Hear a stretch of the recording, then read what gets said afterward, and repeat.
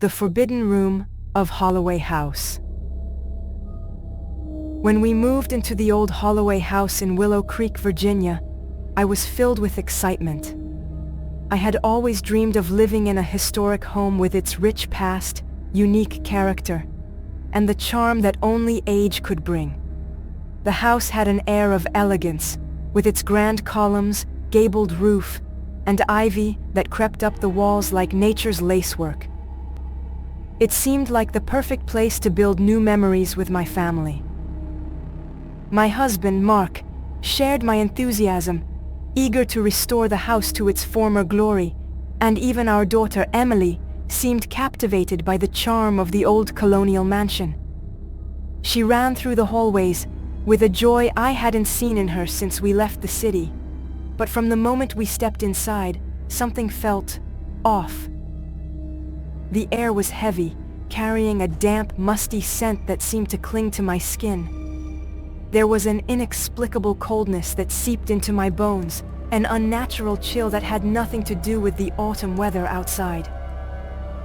At first I tried to brush it off as just my imagination, maybe even a draft from the old windows, but the feeling of unease lingered, gnawing at the edges of my mind.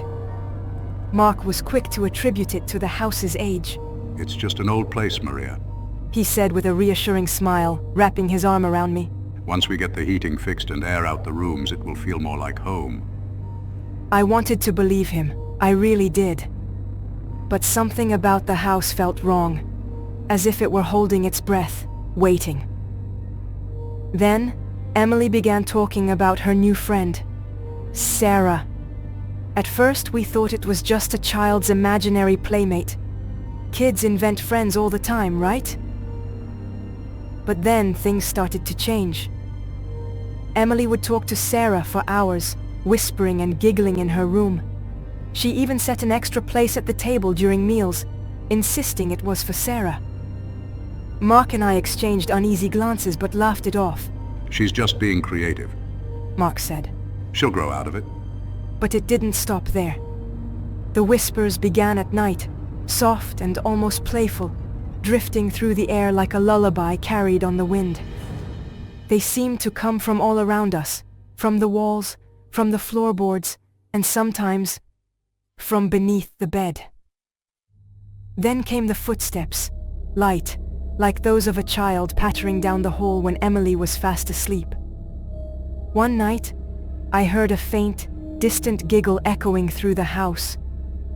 I felt a chill creep down my spine, an unnatural stillness settling over the room. I sat up in bed, straining to hear. I glanced over at Mark. He was still fast asleep, oblivious to the strange sounds. I slipped out of bed and tiptoed down the hall toward Emily's room, but the sound seemed to move away from me, deeper into the house, as if leading me somewhere. My heart pounded in my chest as I followed it, my breath coming in shallow gasps. The hall stretched out longer than it should, the shadows thick and dark. I reached a door at the end of the hall, the only door that wouldn't open, no matter how hard we had tried. The door was solid, ancient wood, with a faded brass handle, and it was always locked. We had assumed it led to a closet or a storage space, something mundane. But now, it felt like the center of the house, a place that was alive with its own secrets. Emily had become obsessed with that door, insisting that Sarah lived inside and wanted to come out to play. I began to feel uneasy whenever I passed it, noticing shadows moving beneath the crack, hearing faint sounds that almost resembled crying. Sometimes when I stood close enough, I thought I could hear breathing, shallow and uneven. I wanted to ignore it, but something drew me toward it, a compulsion I couldn't explain. Days turned into weeks, and the strange occurrences became more frequent. Emily's conversations with Sarah grew more intense, her laughter echoing through the halls even when she was alone. She began to change, her behavior becoming more erratic, her mood swinging from sweet and affectionate to cold and distant in the blink of an eye. She spent more and more time in her room, and I would hear her talking in hushed tones, giggling, and then nothing, just an unnerving silence that seemed to fill the entire house. Mark remained skeptical, always finding a logical explanation for everything. It's just an old house. He would say, running his fingers through his hair in frustration. They creak, they groan. And Emily, she's just going through a phase, don't worry. But I couldn't shake the feeling that we were not alone. The house seemed to breathe around us, its walls shifting, its floors creaking even when no one was there. At night, I would lie awake, listening to the soft patter of feet running down the hall, the distant sound of a child's laughter echoing in the dark.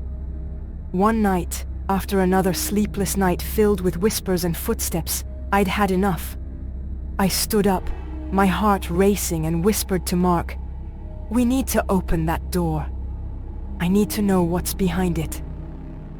He hesitated, looking at me like I had gone mad. But the look in my eyes must have convinced him. Reluctantly, he nodded, and we retrieved a crowbar from the garage. The wood around the doorframe was old and brittle, and as we pried it open, it splintered and groaned, almost as if it were screaming. With one final heave, the door swung open, and what we found inside made my blood run cold. The room was perfectly preserved in time, untouched by age. Dust covered the floor, but everything else looked as if it had been frozen in a single moment decades ago. A small bed with a faded quilt, a wooden chest filled with toys, and a rocking chair next to a window that had been boarded up. But what caught my attention was the doll. A porcelain doll sat on a dusty chair, its glassy eyes staring directly at me, almost as if it was alive. Its mouth was painted in a faint smile, but there was something about its expression that made my skin crawl. Emily squealed with delight and ran to the doll, clutching it tightly. "Sarah!" she cried, laughing, spinning in circles with the doll in her arms. From that moment on, Emily was different. She became distant, her eyes glazed over, as if she were lost in her own world. She would sit in that room for hours, talking to the doll, playing games that no one else could see. I tried to take the doll away one day, just to see how Emily would react. She screamed, a sound so shrill and filled with rage that I barely recognized her voice. "No! Sarah doesn't want to go," she cried, tears streaming down her face. I backed away, my hands trembling, feeling a deep, creeping dread settle over me. The whispers grew louder, the footsteps closer. I could hear them even when Emily was right beside me. The soft patter of feet running down the hall, the sound of a child's laughter echoing in the dead of night. I felt as though the house itself was watching us, waiting, and I couldn't shake the feeling that we had awakened something that had been sleeping for a long time. One night, I awoke to the sound of crying. A soft, pitiful sobbing that seemed to come from everywhere and nowhere at once. I rushed to Emily's room, my heart in my throat, only to find her standing by the door to the forbidden room, her face pale, her eyes wide and empty. "Sarah wants to come out," she whispered, her voice hollow, not quite her own. "She wants to play." I felt a wave of cold wash over me. "Emily, honey, come away from there," I said, trying to keep my voice steady. But she didn't move. She just stood there, staring at me with those wide, vacant eyes. I reached out to take her hand and she flinched, pulling away. "She says you don't understand," Emily murmured. "She says you don't want us to be friends." I stared at my daughter, feeling tears prick at my eyes. "Emily, please, you need to come back to bed." She turned slowly, her expression shifting, a smile spreading across her face that didn't look like hers. "But we're having so much fun," she said, her voice lilting, almost mocking. "And now that the door is open, Sarah doesn't want to be alone anymore." I felt a cold sweat break out across my skin. "Some doors should never be opened," I whispered, mostly to myself, but it was too late. I knew deep down that the house had chosen, and it wasn't going to let Emily go. From that night on, the activity in the house intensified. The shadows grew darker, thicker, creeping along the walls like tendrils of smoke. The air became colder, and the whispers turned into wails, anguished, desperate cries that echoed through the halls at all hours. Emily's behavior grew more erratic. She began drawing pictures of a little girl over and over again, with wide black eyes and a smile that stretched too far. I tried to talk to Mark about leaving, but he just shook his head. We can't just abandon the house. We've put too much into it.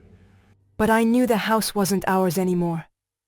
It belonged to whatever was in that room, whatever had claimed Emily as its own. One night, I woke up to the sound of a music box playing a slow, haunting tune. I followed the sound, my heart pounding, and found Emily standing in the dark hallway, holding the doll and whispering to it. "She says you should come play with us," Emily said, turning to me, her eyes dark, her expression blank. I backed away, my breath catching in my throat. I knew then that Emily was slipping further and further away, and if I didn't do something soon, I would lose her forever. But the house had already made its choice, and it wasn't going to let her go. The next morning, I made a decision. I packed our bags, determined to get Emily out of that house, to save her from whatever had taken hold of her. But when I went to her room, she was gone. I searched every corner, every crevice, calling her name. But all I heard in return was a soft, mocking giggle that seemed to come from the walls themselves. I rushed to the forbidden room, my heart in my throat. The door was open, swinging slowly back and forth on its hinges. I stepped inside and the cold hit me like a wave. The room was empty except for the doll, sitting on the chair, its eyes fixed on me, unblinking, its smile wider than before. "Emily," I whispered, tears streaming down my face. But there was no answer, just the faint sound of laughter, drifting away, deeper into the darkness of the house. I knew then that Emily was gone. She had become part of the house, a new playmate for whatever spirit had been waiting there all those years. And I was left alone, trapped in the hollow, empty shell of the house, with the door to the forbidden room forever open. And from that day on, every time I hear the faint sound of a child's laughter in the hall, I wonder if it's Emily, or if the house is just playing tricks on me again. The house at the end of Deadwood Lane. From the moment we decided to take a vacation in rural Maine, I felt a strange pull, a curiosity that gnawed at me like a whisper in the back of my mind. Michael and I had heard the legends, stories told in hushed tones by locals who avoided even mentioning the place's name. They spoke of a house deep in the backwoods, a house that seemed almost forgotten by time. The Thatcher House, they called it, sitting at the end of Deadwood Lane, surrounded by dense woods and an eerie silence so deep it could swallow sound. It was supposed to be an adventure, a chance to escape the monotony of Boston life and indulge in some thrill-seeking. We set out one sunny afternoon with nothing but a map, a packed lunch, and a sense of excitement. But as we drove further into the wilderness, the road grew narrower, the trees loomed thicker, their branches intertwined overhead like skeletal fingers blocking out the sky. It felt like we were being funneled down a dark, narrowing tunnel of green. I swore I saw shapes moving among the trees, shadows flickering just out of sight. Michael dismissed it as my imagination, but the air seemed to grow colder, heavier, and a chill ran down my spine. By the time we reached the overgrown trail that led to the house, the atmosphere had changed completely. The sky, once clear, darkened with clouds that seemed to materialize out of nowhere. The wind picked up, whistling through the trees, carrying with it a sound almost like whispers. I could swear the trees leaned in closer, their branches creaking, as if they were trying to warn us away, or worse, draw us in. I wanted to turn back, a tight knot forming in my stomach, but Michael insisted. He was always the adventurous one, always pushing the boundaries. So we pressed on, pushing through the thick underbrush, our shoes crunching over dead leaves and twigs, until we finally saw it. The old Thatcher house. It stood there like a sentinel, a forgotten relic from another time. A 2-story Victorian mansion with peeling paint, shuttered windows, and an air of decay that seemed almost palpable. The house seemed to exude a presence, a dark energy that reached out like tendrils, wrapping around us, pulling us closer. I felt a wave of unease wash over me, my heartbeat quickening. The rusted iron gate creaked as we pushed it open, and I swear I felt eyes watching us from one of the upstairs windows, though the curtains hung still. The path to the front door was overgrown with weeds, and the grass was long and wild, swaying in the wind as if alive.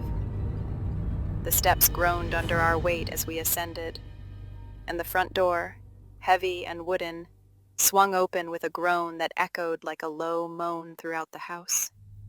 Inside, the smell of mold and rot hit us like a wall. The air was thick, almost suffocating, and dust danced in the slivers of light that managed to pierce the gloom. The silence was profound, broken only by the occasional creak of the floorboards beneath our feet.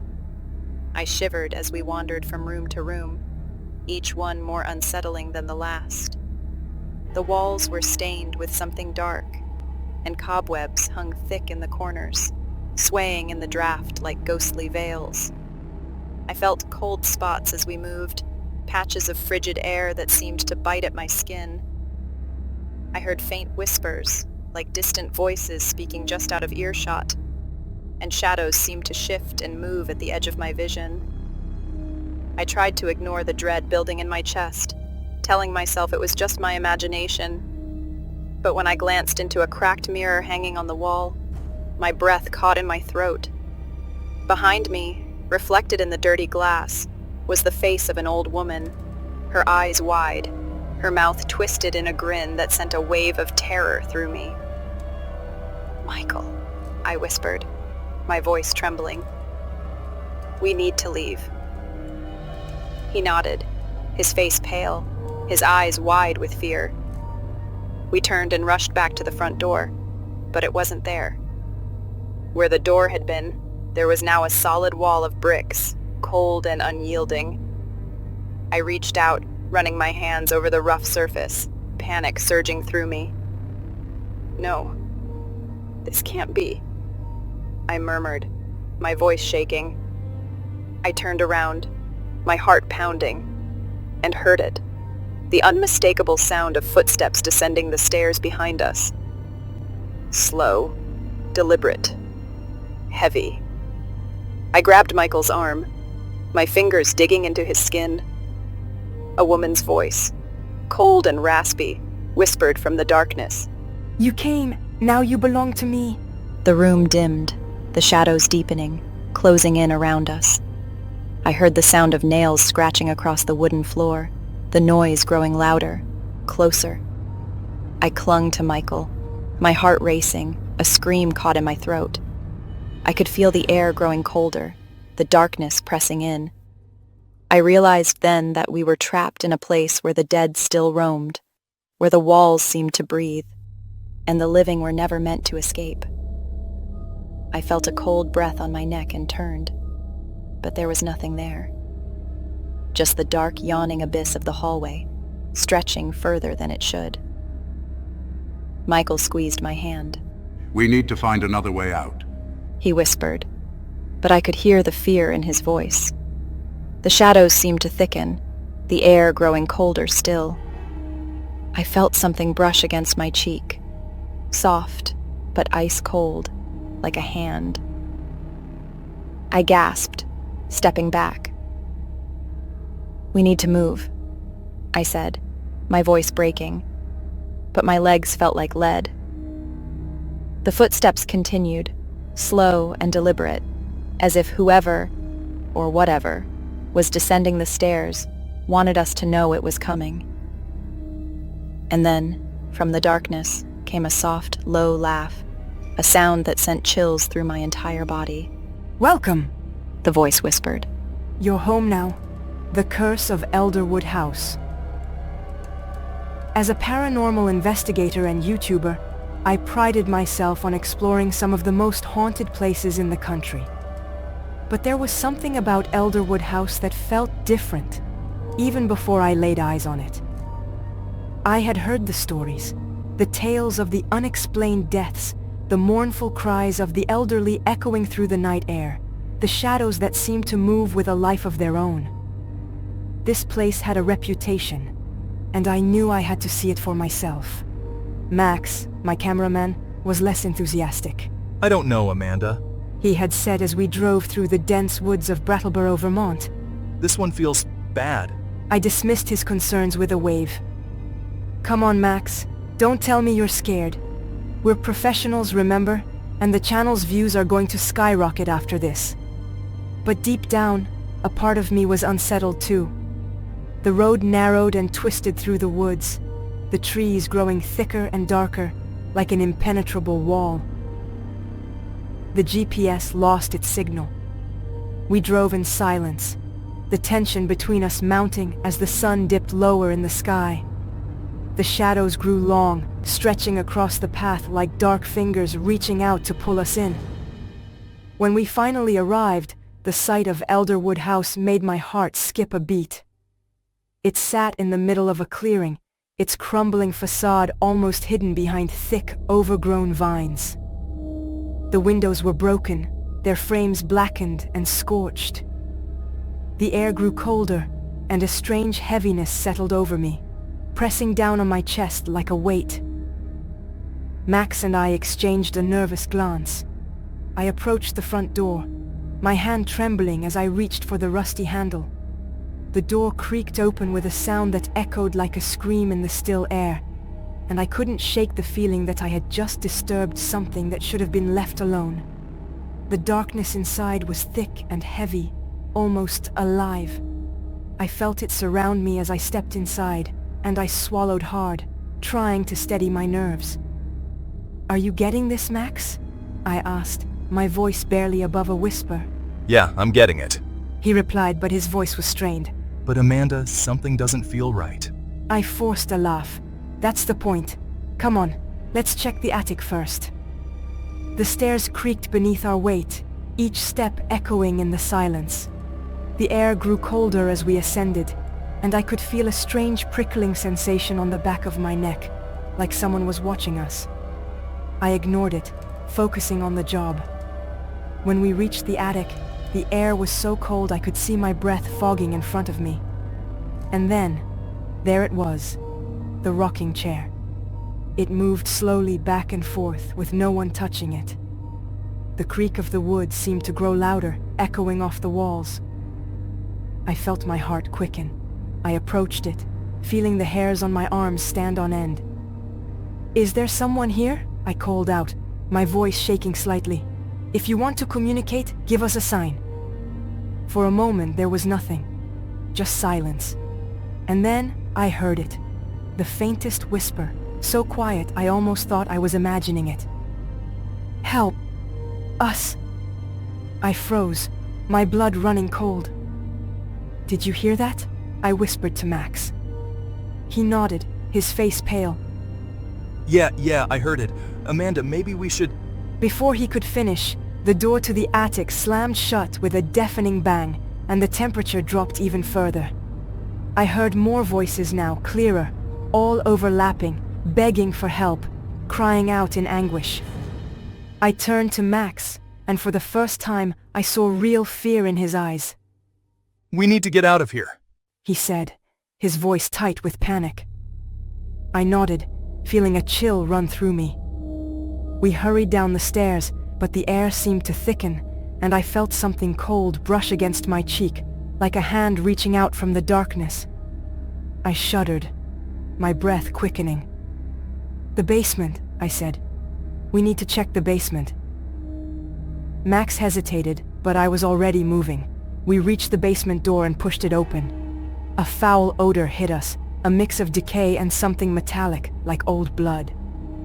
The basement was dark, the shadows deeper and darker than they should have been. I switched on my flashlight and saw them, chains hanging from the walls, stained dark. I moved closer, the beam of light trembling in my hand, and then I saw him. A man, his face twisted in agony, his eyes hollow, filled with something that looked like anger or desperation. He opened his mouth, but no sound came out. I lifted the camera, trying to capture him, but the screen flickered and the lights went out. I felt something cold touch my shoulder and I gasped, spinning around. "Max," I whispered. But Max wasn't there. I heard footsteps, slow, deliberate, coming closer. I felt my pulse quicken, and my hand tightened around the camera. The darkness seemed to press in on me from all sides, suffocating, relentless. And then I realized with a sinking dread that the dead didn't just want their story told. They wanted company. The footsteps grew louder, closer, and a cold hand gripped my shoulder. I turned, heart pounding, and everything went black. The haunting of Rosewood Manor. It was supposed to be a fun night, a thrilling adventure with my college friends. We had all heard the stories about Rosewood Manor, a massive Victorian house in upstate New York with a reputation that made it infamous. A house known for its dark history and the chilling events that seemed to plague anyone who dared to enter. Naturally, we couldn't resist the challenge. A night in that house would surely give us the scare we craved, maybe even a story to tell for years to come. We arrived just as the sun was dipping below the horizon, casting long, eerie shadows across the landscape. The house loomed before us, its windows boarded up and its doors barely hanging from rusted hinges. The paint was peeling, and vines clung to the exterior like desperate fingers trying to pull the house back into the earth. The surrounding woods seemed to close in around it, the trees like claws reaching out, as if the forest itself wanted to reclaim it. I felt a shiver of doubt run through me, a voice in the back of my mind whispering that this was a bad idea. But I pushed it down. We were here to prove we weren't afraid. Inside, the air was heavy, almost oppressive, with a chill that seemed to seep into my bones. Every step we took on the old, creaking floorboards echoed through the empty halls, each creak sounding like a low moan.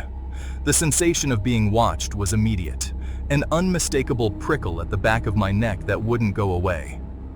We decided to split up to cover more ground. Classic horror movie mistake, I know.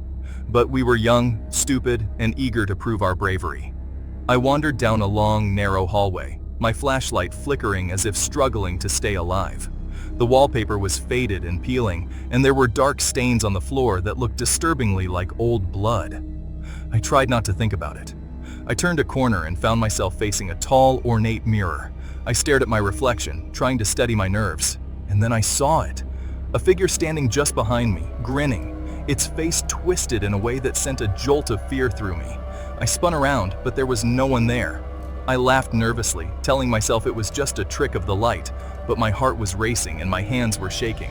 I continued down the hall, but the air felt thicker, almost like wading through water. And then, without warning, the doors began to slam shut one by one, trapping some of my friends in different rooms. I heard their voices, shouting, panicked, and then a scream. A child's scream, high-pitched and terrified, echoing through the hallway. I ran toward the sound, but the hallway seemed to stretch longer, the walls twisting and warping as if the house itself were shifting around me. I felt a surge of panic, my breath coming in quick, shallow gasps. I turned a corner and froze. There she was, a little girl standing in the hallway, her dress tattered and her skin pale. Her eyes were black, hollow, and empty. She opened her mouth and a scream erupted, louder than anything I had ever heard. I clapped my hands over my ears, but it was too late. The sound pierced through me like a knife, cutting into my very soul. I stumbled back, feeling the walls closing in around me. The house seemed to be breathing, the walls expanding and contracting like lungs, the air thickening. I tried to find my friends, but the corridors twisted and turned, leading me in circles, trapping me in a maze that shouldn't have existed. I felt like I was running in place, my legs heavy, my heart pounding in my chest. The shadows grew darker, deeper, and I could hear whispers now, low, guttural, unintelligible murmurs that seemed to come from everywhere at once. I saw the little girl again, standing at the end of the hallway, but this time she was smiling, her teeth sharp and glistening in the dim light. I felt a chill run down my spine, my breath catching in my throat.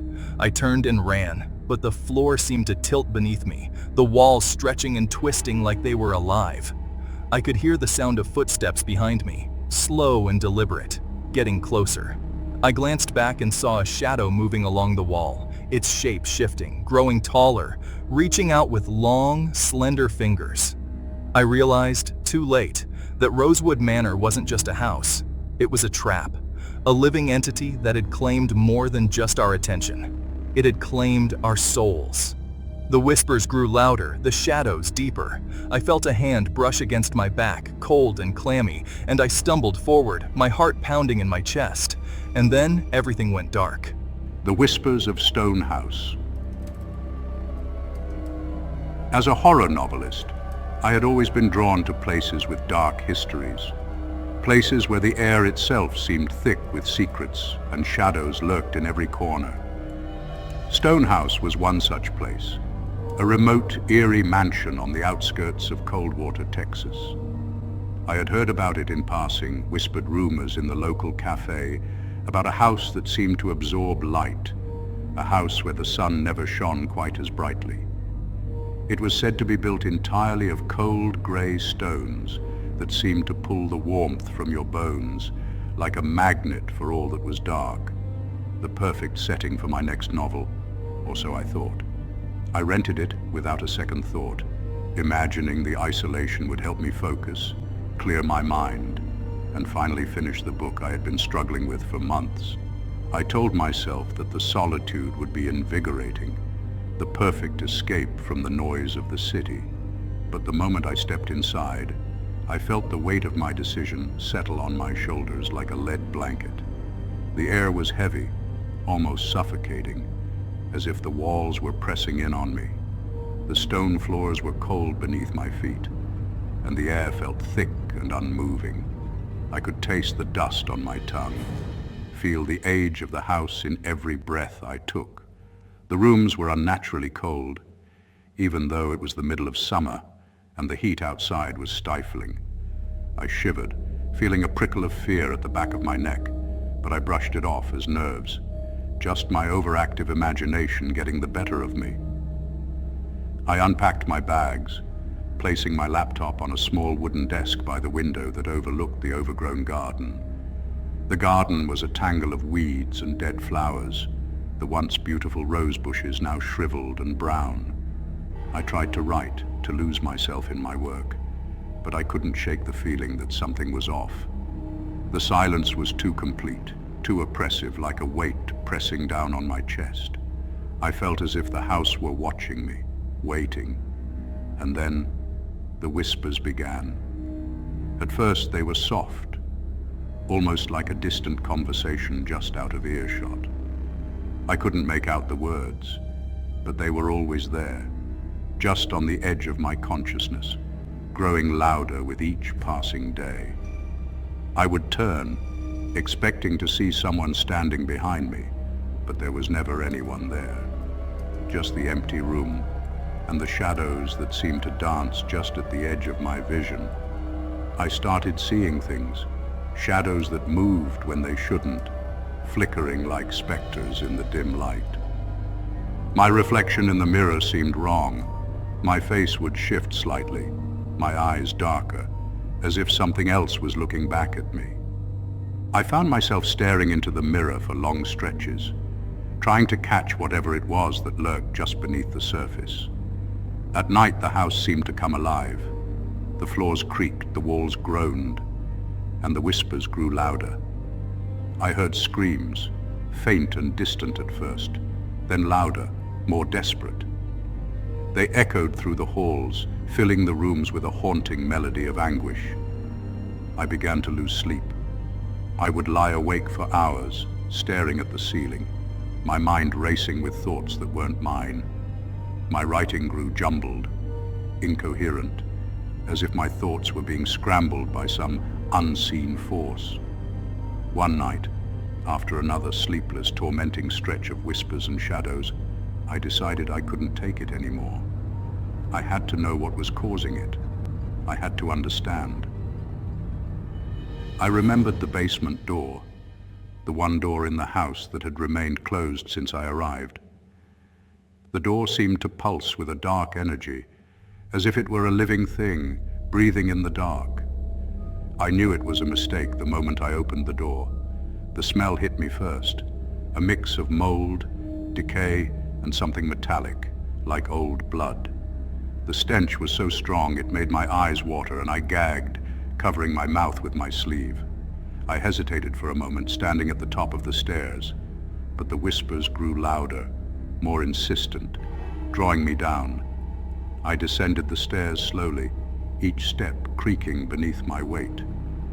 The air grew colder with every step, a biting chill that cut through my clothes and settled into my bones. I shined my flashlight around, the beam flickering and weak. The basement was a dark, cavernous space, the walls made of the same cold gray stone as the rest of the house. I could see my breath fogging in front of me, and I felt a shiver run down my spine. As I moved further into the darkness, the beam of my flashlight fell on something that made my blood run cold. Chains hanging from the walls, old and rusted, covered in a thick layer of dust and something darker, something sticky and red. I took a step closer, my heart pounding in my chest, and saw claw marks gouged deep into the stone, desperate, ragged scratches that spoke of something or someone trying to escape. I felt a cold breath against my neck, and I spun around, my heart racing. There was no one there, but I could feel them. Dozens of eyes watching me from the darkness, the air thick with malice and despair. The whispers grew louder, more distinct, surrounding me, filling the air. "Help us," they said. "Let us out." The words sent a chill down my spine, and I realized with a sinking feeling that the spirits here were not just ghosts. They were prisoners, trapped in this place, tormented for eternity, and they were angry, desperate for release, desperate for someone to take their place. I turned to leave, my hands shaking, but the door slammed shut with a deafening bang. I lunged at it, pulling at the handle, but it wouldn't budge. The whispers became a cacophony, filling my ears, pressing in on me from all sides. I felt the air grow thick around me, almost like it was solidifying, trapping me in place. I knew then that I was trapped, and if I stayed any longer, I would become a part of the legend myself.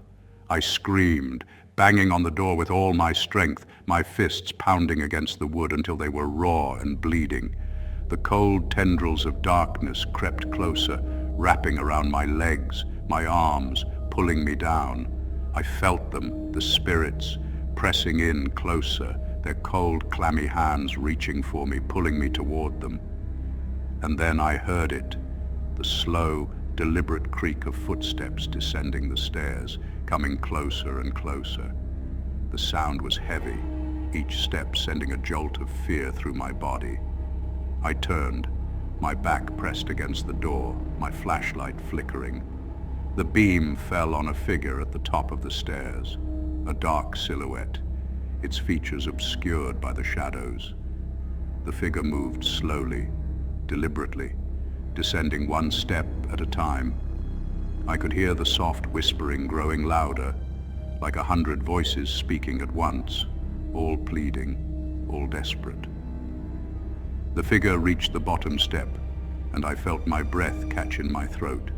Its eyes were glowing a sickly yellow, and its mouth twisted into a cruel smile.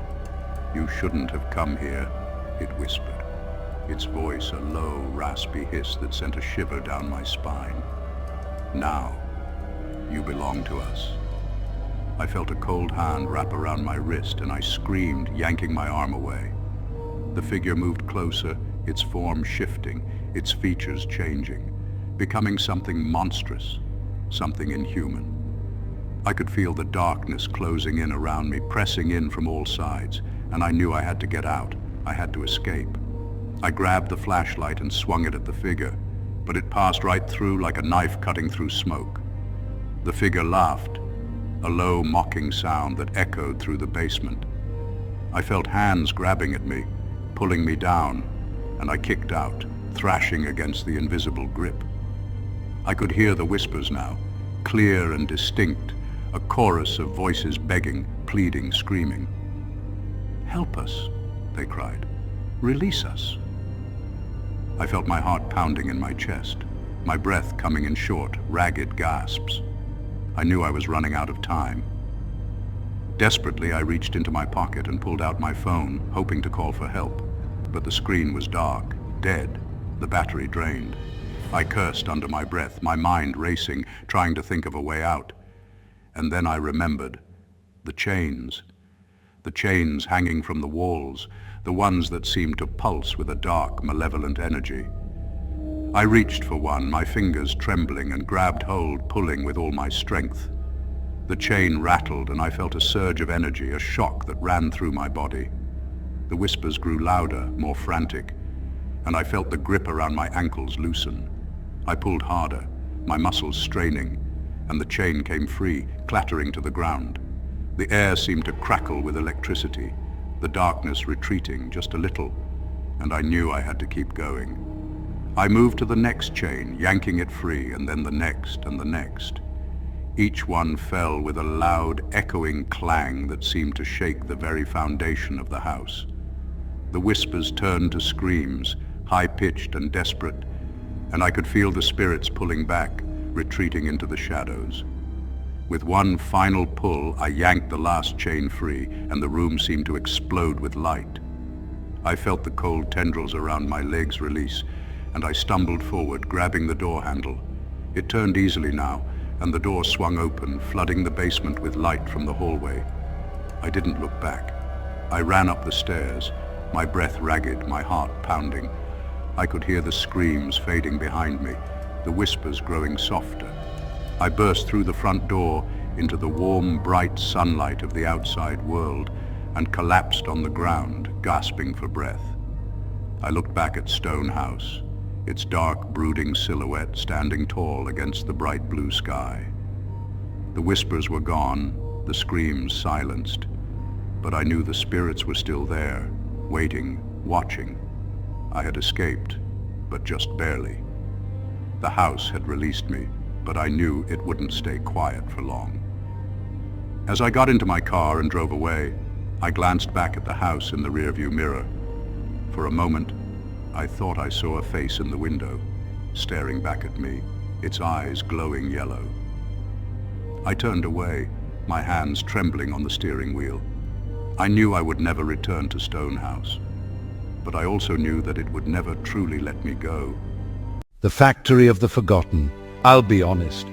When I first heard about the abandoned textile factory in Mill Creek, I was intrigued, not scared.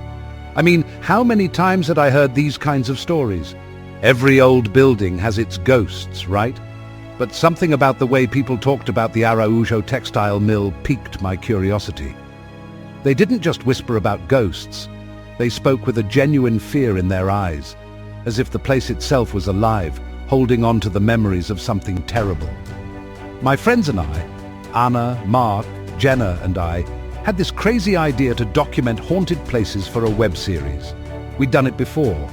Old mansions, creepy forests, even an abandoned asylum once. But the factory, well, it felt different from the start. There was an air about it, a heaviness that seemed to settle over us the moment we decided to go. We arrived on a gloomy Saturday afternoon. The clouds were thick and grey, hanging low in the sky like a shroud. The factory loomed ahead of us, its broken windows and crumbling walls covered in vines and rust. It looked like a gaping mouth, ready to swallow us whole. The wind howled through the broken windows, carrying with it a low, mournful whistle. It felt like a warning. I turned to the others, trying to keep the nervousness out of my voice. All right, let's get started. Anna, you take the main building with Jenna. Mark and I will head to the loading docks. They nodded, though I could tell they were feeling the same unease I was. As we pushed open the old, rusted gate, It gave a high-pitched screech that echoed through the empty lot. "This place gives me the creeps," Mark muttered, glancing around. It feels like it's watching us. I laughed, though it came out a bit shaky. "It's just an old factory, Mark. Nothing here but rust and decay." But as soon as we stepped inside, I felt it. The air grew colder, and a smell hit me, a smell I can't quite describe. It was a mix of mildew, burnt metal, and something else. Something that made my stomach twist. We walked through the dark, empty hallways, our flashlights casting long, dancing shadows on the walls. The machines, long silent, seemed like giant skeletal beasts waiting to come to life. I kept my camera rolling, documenting everything. "This place is huge," I said into the mic. "It must have been bustling back in the day."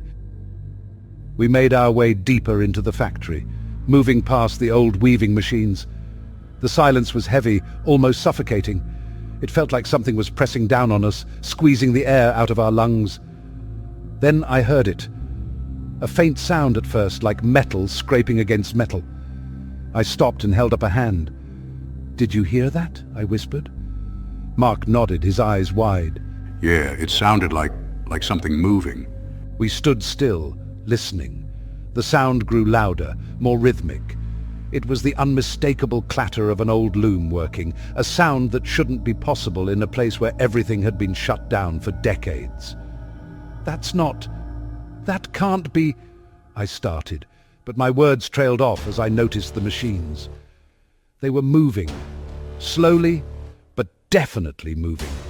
The looms were turning, the wheels spinning. Dust hung in the air, catching the beam of my flashlight. Okay, this is officially creepy. I tried to stay calm, reminding myself it was probably some sort of draft or mechanical malfunction, but then I saw them. Figures. Shadowy, almost transparent figures standing by the machines, moving rhythmically, mechanically, as if they were still working. "Do you see that?" I whispered, my heart pounding in my chest. "Tell me you see that." Mark nodded, his face pale. Yeah, I see it. What the hell is that?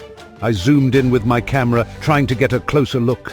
The figures were ghostly, their faces blurred, but they seemed wrong. Twisted, their limbs unnaturally long, their movements jerky, as if they were stuck in some kind of loop. Hey, we should get the others. I don't like this. I agreed, but as we turned to leave, a loud noise echoed through the factory, a metallic clang, like something heavy falling. We froze. "That came from the other side," I said, "where Anna and Jenna are." Without another word, we ran. My heart was in my throat as we rushed through the maze-like corridors, past the empty offices and storage rooms. When we finally reached the main floor, I saw Anna and Jenna standing by an old elevator shaft, looking down. "What happened?" I asked, out of breath. Anna turned, her face pale. We saw something down there. I peered into the darkness of the shaft, shining my flashlight down. At the bottom, I saw something moving. A shadow, shifting and twisting, almost like it was trying to crawl up the walls. "What the hell is that?" Jenna whispered. Before I could answer, the shadow seemed to rise, taking shape. It looked like a person, but distorted, its limbs too long, its head twisted at an unnatural angle. And then it started to climb, slowly, steadily, up the side of the shaft. "Run," I said, my voice barely a whisper. "Run!" We turned and bolted, our footsteps echoing in the empty factory. I could hear something behind us, something scraping and dragging across the floor, getting closer and closer. I glanced back and saw the shadow in the hallway, moving faster than it should, as if it were gliding over the ground. We have to get out. Mark shouted. Now! We reached the main entrance and slammed into the old, rusted doors, pushing them open with all our strength. We stumbled out into the cold night air, gasping for breath. For a moment, everything was silent, except for our ragged breathing. But then I heard it again, the sound of machines, the clatter of looms, and behind it, faint, echoing voices, as if coming from deep inside the factory. "We need to leave," I said, my voice shaking. "This place, it's wrong. We need to go."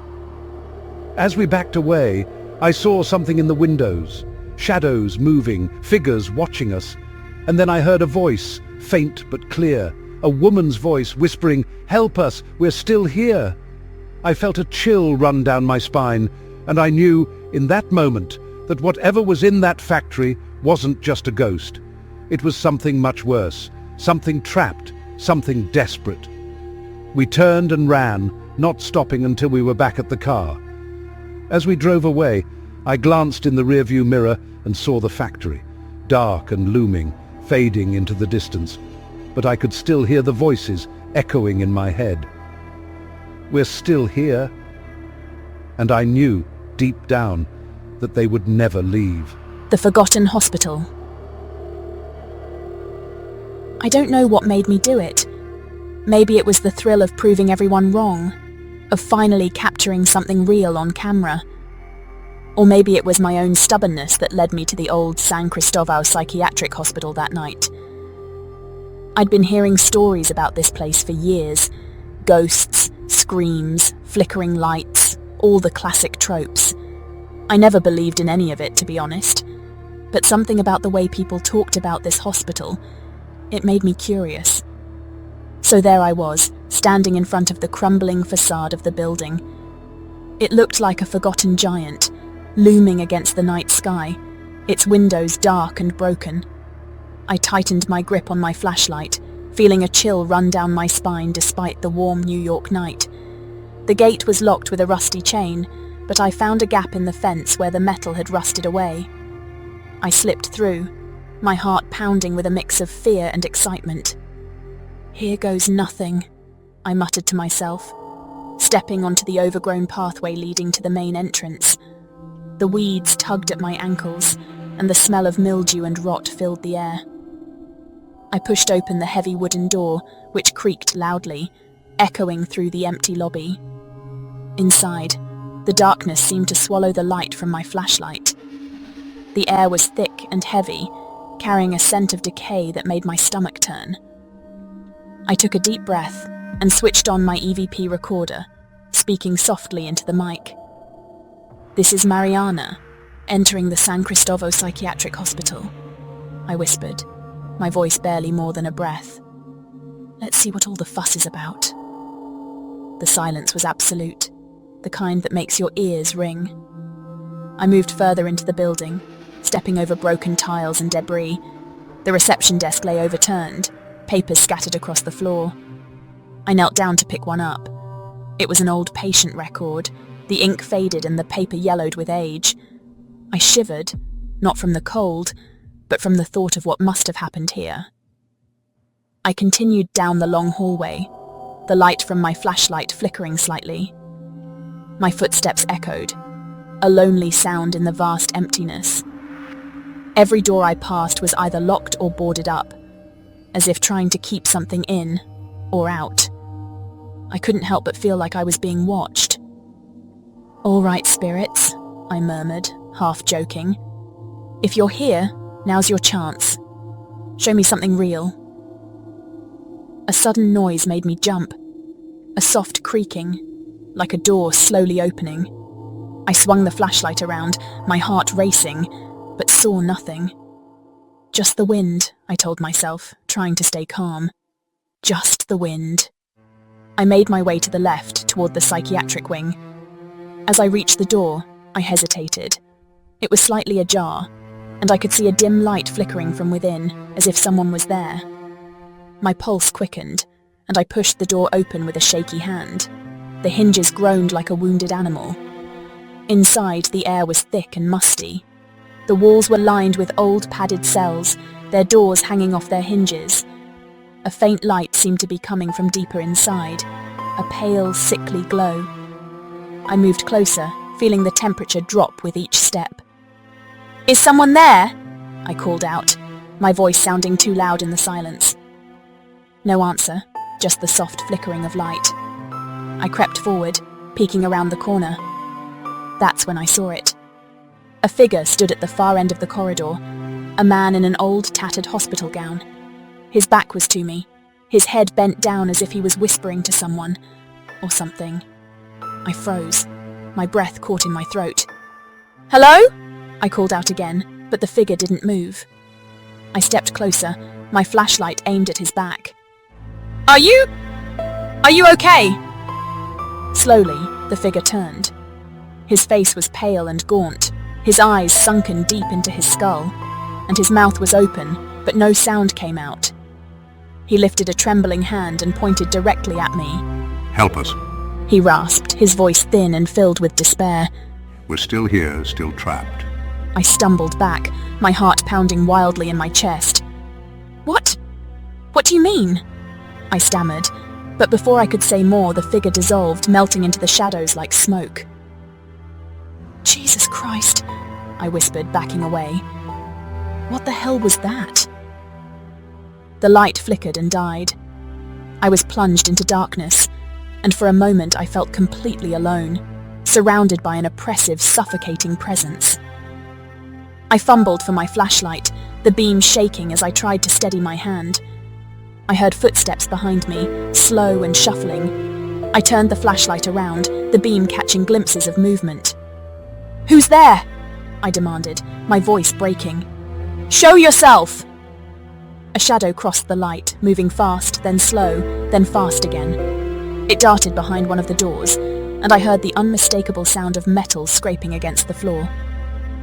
"Mariana, you idiot," I muttered to myself. "You should have stayed home." I took a step back, and suddenly the door at the end of the hall slammed shut with a deafening bang. I jumped, my heart leaping into my throat. I turned and ran, my footsteps echoing down the corridor. The sound of dragging feet followed me, getting louder and closer. I reached the main lobby and looked around frantically, trying to find an exit. The front door was still ajar, but as I ran toward it, it slammed shut with a force that shook the walls. I skidded to a stop, my chest heaving with panic. "No, no, no," I muttered, yanking at the door handle. It wouldn't budge. I felt trapped, like a rat in a cage. And then, the whispering started. Soft at first, like a breeze through the trees, but growing louder, closer. Voices, dozens of them, all around me. "Let us out. Please, help us. We don't want to be here." I spun around, the flashlight darting over the walls. Shadows moved. Figures flickered in and out of existence. A woman in a white gown, her face twisted in agony, reached out to me. "They did things to us. Terrible things."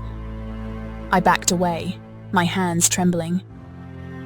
I don't understand. I can't help you." More figures appeared, their faces gaunt and hollow, their eyes black pits of despair. They moved closer, reaching for me, their hands clawing at the air. I felt something cold wrap around my wrist, a hand, icy and skeletal. I screamed, pulling away, but the grip tightened, dragging me toward the darkness.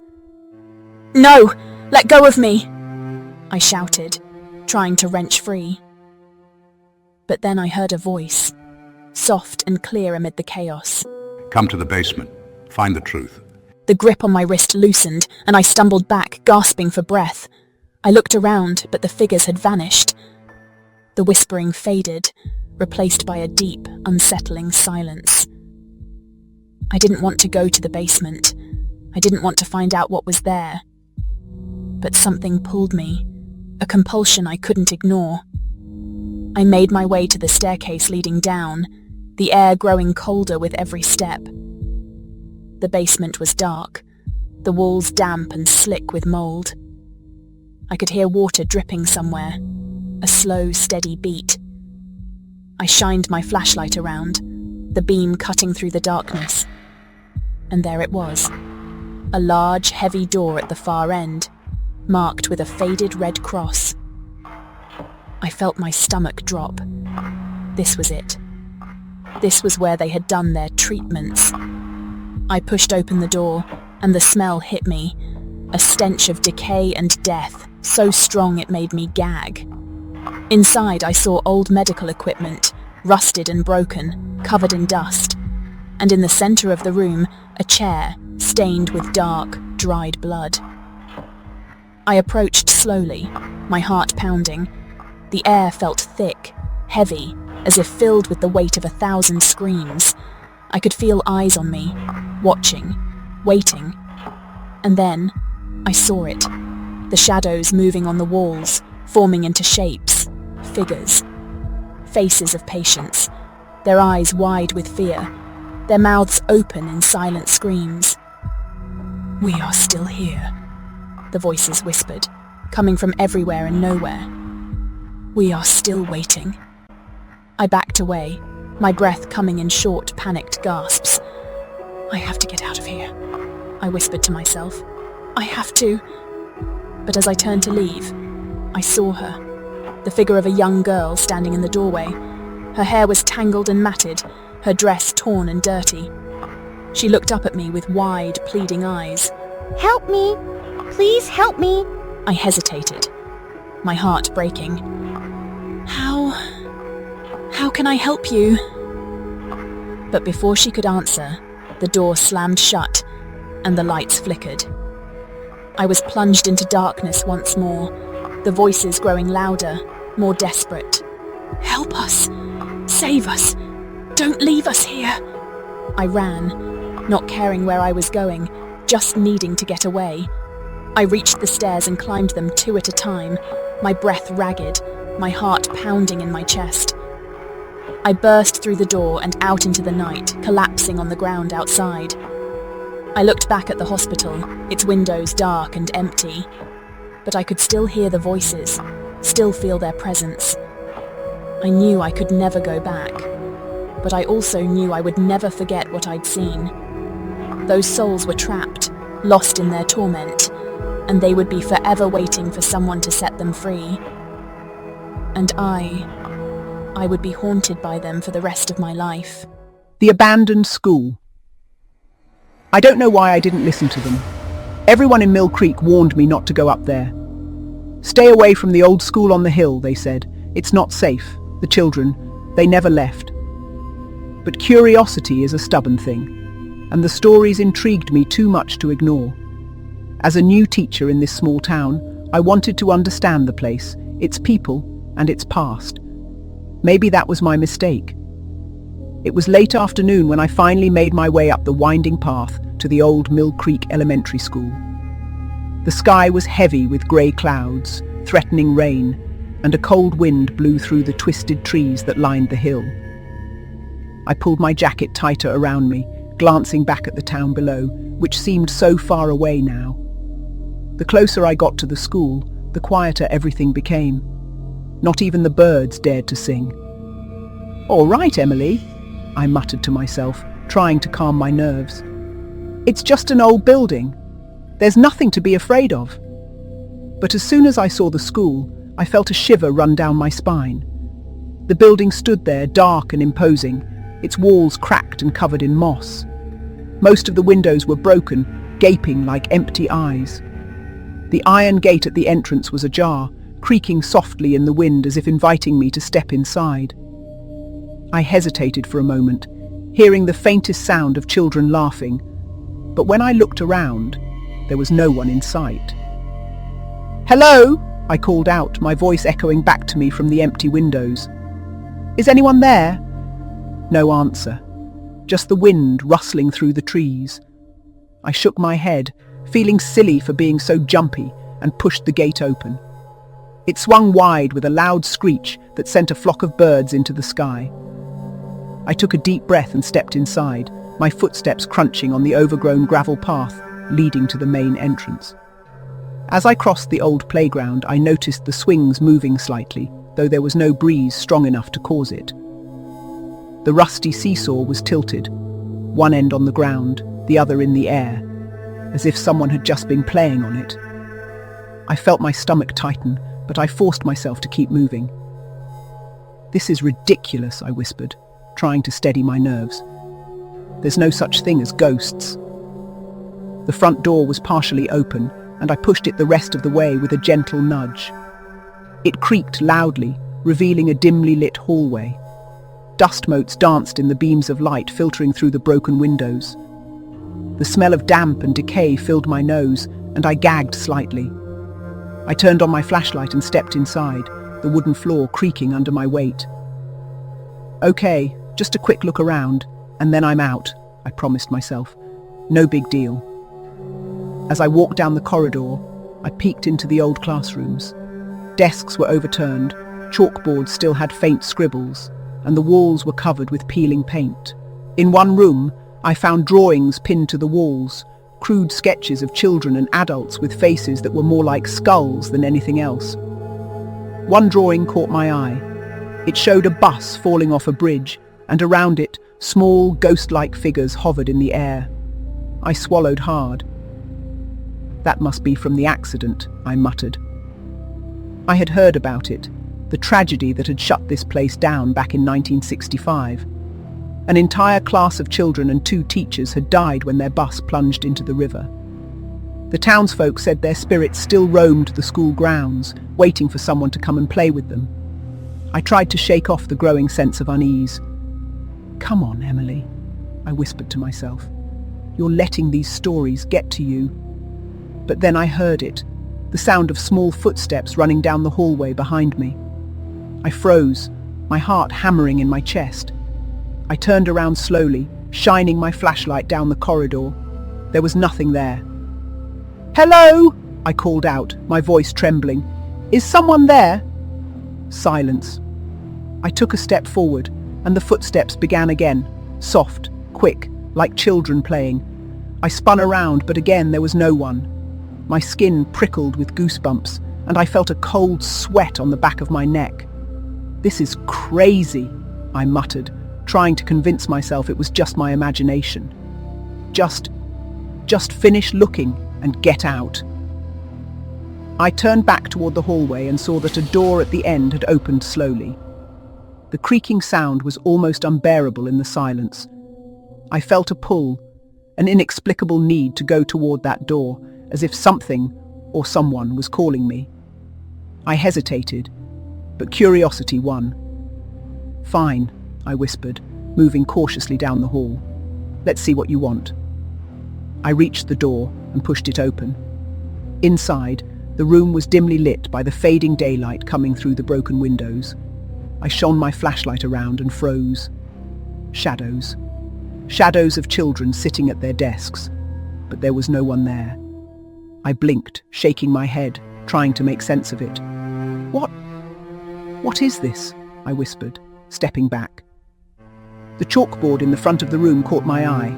There, written over and over in childlike handwriting, were the words, "Why did you leave us?" My stomach turned, and I felt a wave of nausea. Then, out of nowhere, I heard it. A faint melody, a nursery rhyme I hadn't heard since I was a kid. The wheels on the bus go round and round. The tune was soft, but there was something haunting about it, something that made my blood run cold. I turned to leave, but suddenly, there she was, a little girl, standing right in front of me. She wore a dirty white dress, her hair tangled and matted, and she stared at me with wide, empty eyes. Do you want to play with me? She asked, her voice sweet but filled with sadness. I backed away, feeling my heart race. I'm just visiting. I didn't mean to intrude, I stammered. The girl tilted her head, her expression never changing. We've been here so long. No one comes to play with us anymore. Behind her, the shadows on the walls began to move, forming into the shapes of other children. They stepped forward, reaching out with pale, ghostly hands. My breath caught in my throat, and I felt a cold wave of terror wash over me. I have to go, I whispered, turning to run. But the door slammed shut with a loud bang, and the room filled with the sound of laughter and faint singing. The walls seemed to close in, and the light from my flashlight flickered, casting strange, distorted shadows. Please stay with us. The girl whispered, stepping closer. We're so lonely. The other children moved closer, their eyes dark and hollow, their faces expressionless. I could feel their cold breath on my skin, their fingers brushing against my arms. "No! Get away from me!" I shouted, yanking the door open and rushing back into the hallway. I could hear their laughter following me, the sound of tiny feet running after me. I sprinted toward the entrance, but the path was now shrouded in a thick mist.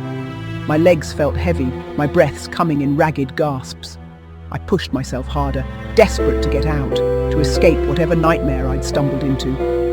When I finally reached the gate, I turned back one last time. The children were standing at the top of the steps, watching me.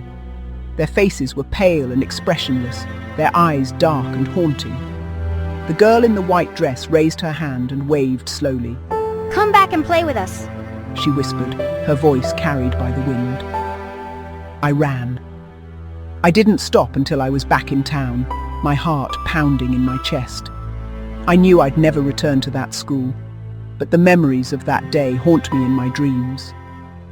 I wake up in the middle of the night to the sound of that same nursery rhyme. The wheels on the bus go round and feel the presence of the children in my room, as if they had followed me home. Mill Creek Elementary School still stands, but no one dares to go near it. They say that on nights with a full moon, the children come out to play, waiting for someone to join them, hoping for company, hoping for release from the endless loop they are trapped in. The Theater of Lost Souls.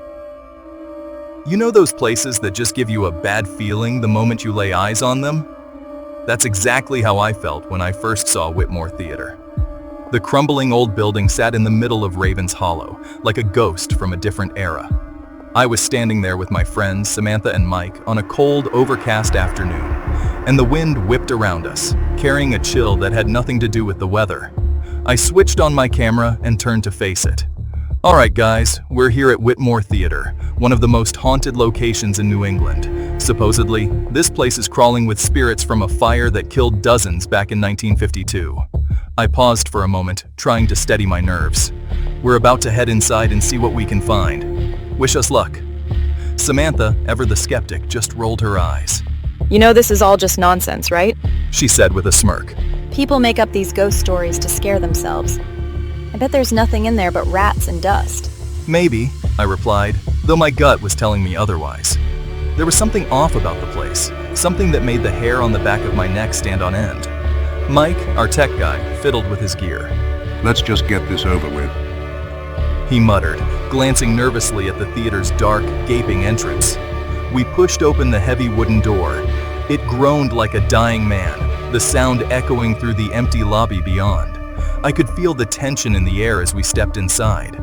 The light filtering through the cracked windows cast strange, distorted shadows on the walls, and the floor was littered with pieces of plaster and shards of glass. Wow, this place is really something. We moved deeper into the theater, our footsteps echoing off the walls. The further we went, the colder it seemed to get. I pulled my jacket tighter around me, trying to shake off the growing sense of unease. I could hear the soft shuffle of our shoes against the old carpet, mixed with the faint sound of something else. Something that I couldn't quite place. Do you hear that? I asked, stopping suddenly. Samantha and Mike paused, listening. I don't hear anything. Mike replied, shrugging, but I could see the way his eyes darted around, scanning the shadows. We continued toward the main stage. The red curtains, or what was left of them, hung in tatters, swaying slightly as if moved by an unseen hand. I felt a chill run down my spine. Let's check out the backstage area, I suggested, trying to keep my voice steady. Right, because that's where all the ghosts hang out, right? Backstage? Ignoring her, I led the way behind the curtain. The dressing rooms were small and claustrophobic, their mirrors cracked and coated with dust. As we moved further in, something caught Samantha's eye. She called, holding up an old faded photograph. Hey, check this out. I moved closer, shining my flashlight on it. The photo showed a group of actors in period costumes, smiling for the camera. But there was something strange about it. In the background, barely visible, was the figure of a woman in white, her face turned directly toward the lens, her expression hauntingly sad. Who the hell is that? I murmured, feeling a shiver run down my spine. I don't know. Samantha replied, a hint of nervousness in her voice. But it looks like she's staring right at us. At that moment, I heard it again, whispering, faint and distant, like a conversation carried on the wind. I spun around, shining my flashlight into the darkness. Did you guys hear that? Mike nodded slowly. Yeah, I heard it. It sounded like voices. Before I could say anything else, the old theater lights suddenly flickered on, one by one, bathing the entire stage in an eerie, pale light. I jumped back, my heart pounding in my chest. "What the hell?" I breathed. Samantha's face had gone white.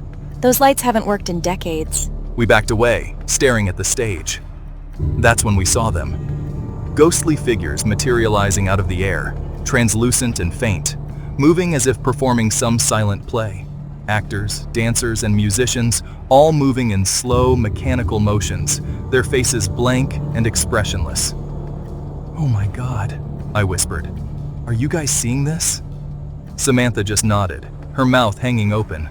Mike was frozen, gripping his camera so tightly that his knuckles were white. In the center of the stage, the woman from the photo appeared. She walked slowly toward us, her white dress flowing around her like smoke. Her eyes were hollow, and her mouth twisted in a grimace of pain. Did you come to save us? She asked, her voice thin and distant, yet somehow piercing. I took a step back, feeling my breath catch in my throat. "What do you mean?" I managed to choke out. We burned here, trapped in our final performance, forever. Suddenly, the stage lights began to flicker violently, and the ghostly figures moved closer, their faces contorting into expressions of terror and agony. I could hear their whispers growing louder, turning into a cacophony of voices, all speaking at once. "We have to get out of here!" I shouted, grabbing Samantha's arm. But the door we had entered through was no longer visible. The shadows seemed to have swallowed it whole. Over here. Mike yelled, pointing to a side door that was partially ajar. We bolted for it, the voices growing louder and more frantic behind us. As we reached the door, it slammed shut in our faces with a deafening bang. "No, no, no!" Samantha yelled, frantically pulling at the handle. Open, damn it! Behind us, the figures on the stage seemed to float closer, their eyes wide and empty, their mouths opening in silent screams. The woman in white reached out toward us again, her voice now filled with desperation. "Don't leave us, please!" I felt something brush against my shoulder, like an icy hand. I spun around, but there was nothing there. "Guys, we need to find another way out," I gasped, trying to keep my voice steady.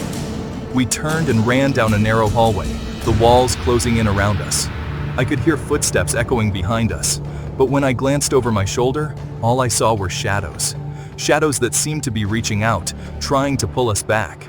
At the end of the hallway, we found a staircase leading up. "Go! Go!" I urged, practically pushing Kyle and Mike up the steps. As we reached the top, I saw a door that led to the roof. I grabbed the handle and yanked it open, feeling a rush of cold air hit my face.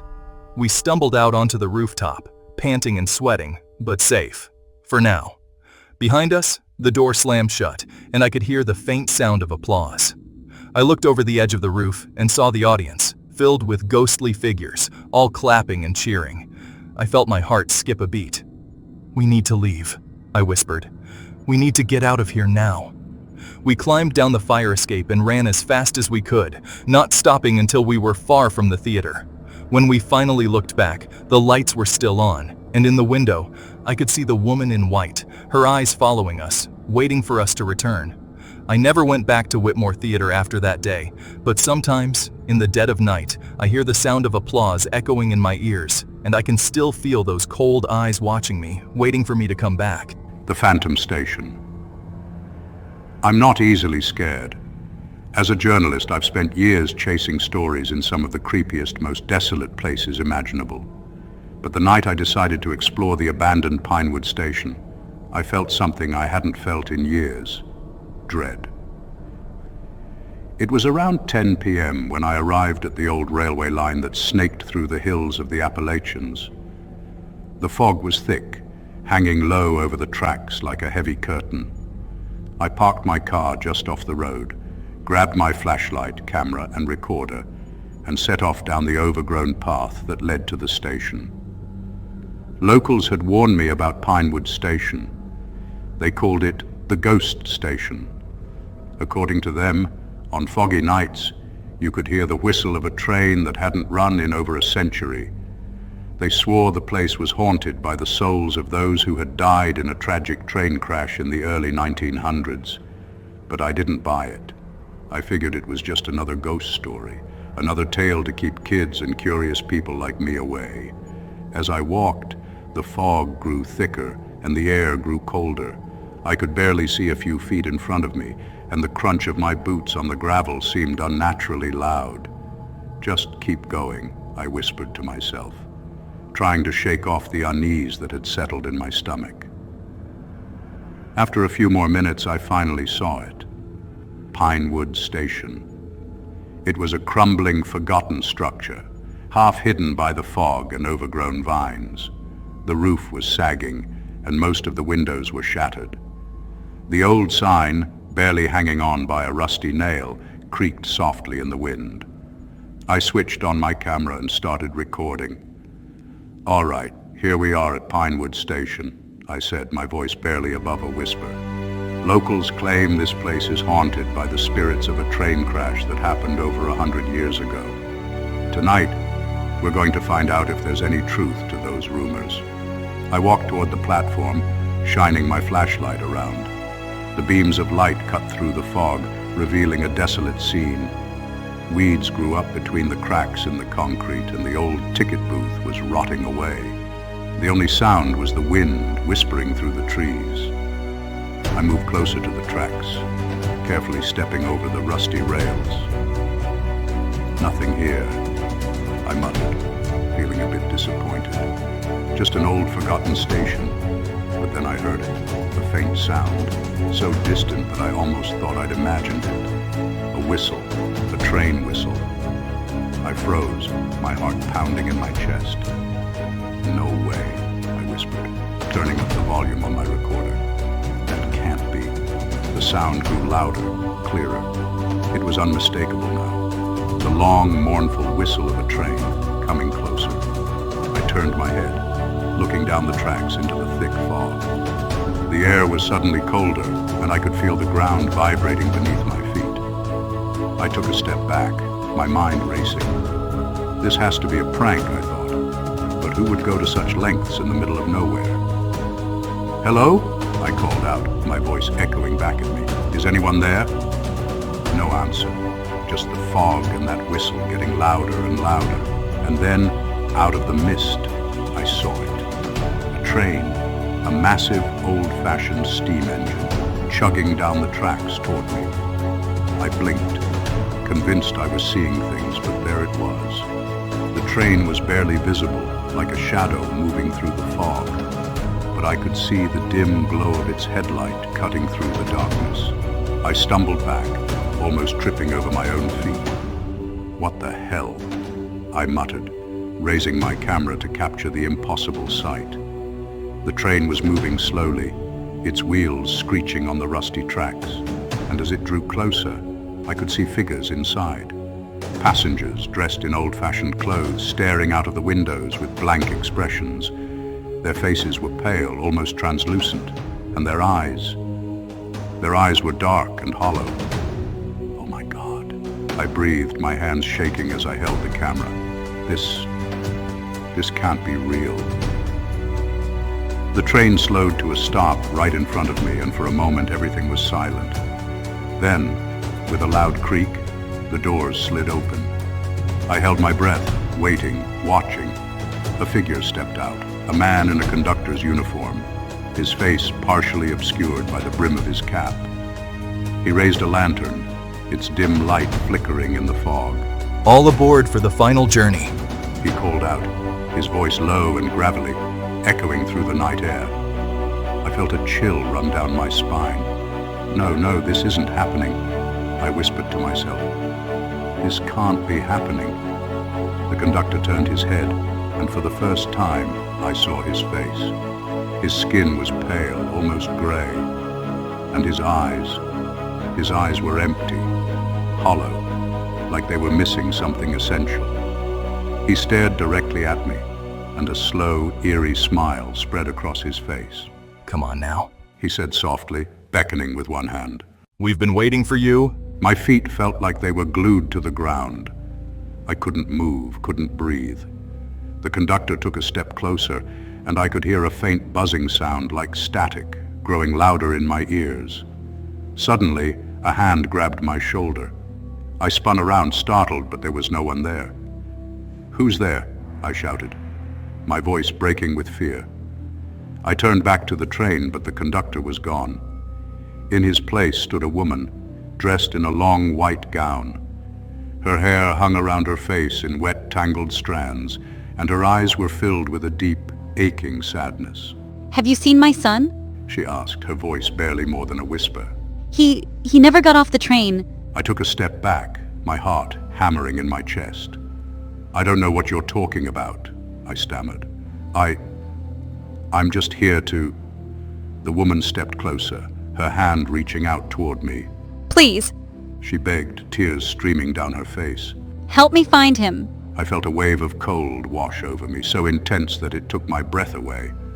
I have to go," I muttered, turning away from her. But when I looked back, she was gone. The doors of the train began to close with a slow, agonizing creak. "Wait!" I shouted, reaching out instinctively, but it was too late. The train began to move again, slipping back into the fog, the whistle blowing mournfully. I turned and ran, my heart pounding, my breath coming in ragged gasps. The fog seemed to thicken around me, making it hard to see. I stumbled, tripping over a piece of broken rail, and fell hard on the ground. I could hear the train fading into the distance, and I scrambled to my feet, desperate to get back to my car. When I finally made it back to the road, I stopped and looked back, half expecting to see the train again. But there was nothing. Just the old, abandoned station, silent and dark. I got in my car, my hands shaking as I fumbled with the keys. "What the hell was that?" I muttered, trying to catch my breath. I glanced in the rearview mirror, and for a split second, I saw the conductor standing on the platform, his lantern held high. I drove away as fast as I could, my mind racing. I knew I'd never be able to explain what I'd seen, but one thing was certain. Pinewood Station was not just a ghost story. Something was there, something real, and something very, very wrong.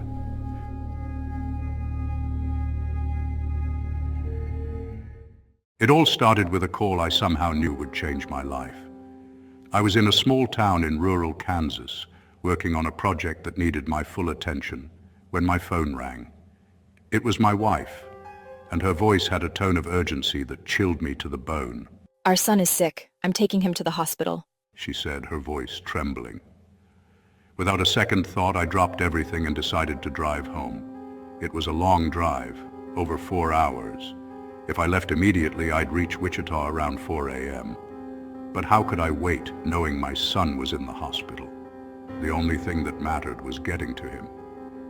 Driving through the night on a deserted stretch of highway, I felt the darkness growing thicker with each passing mile.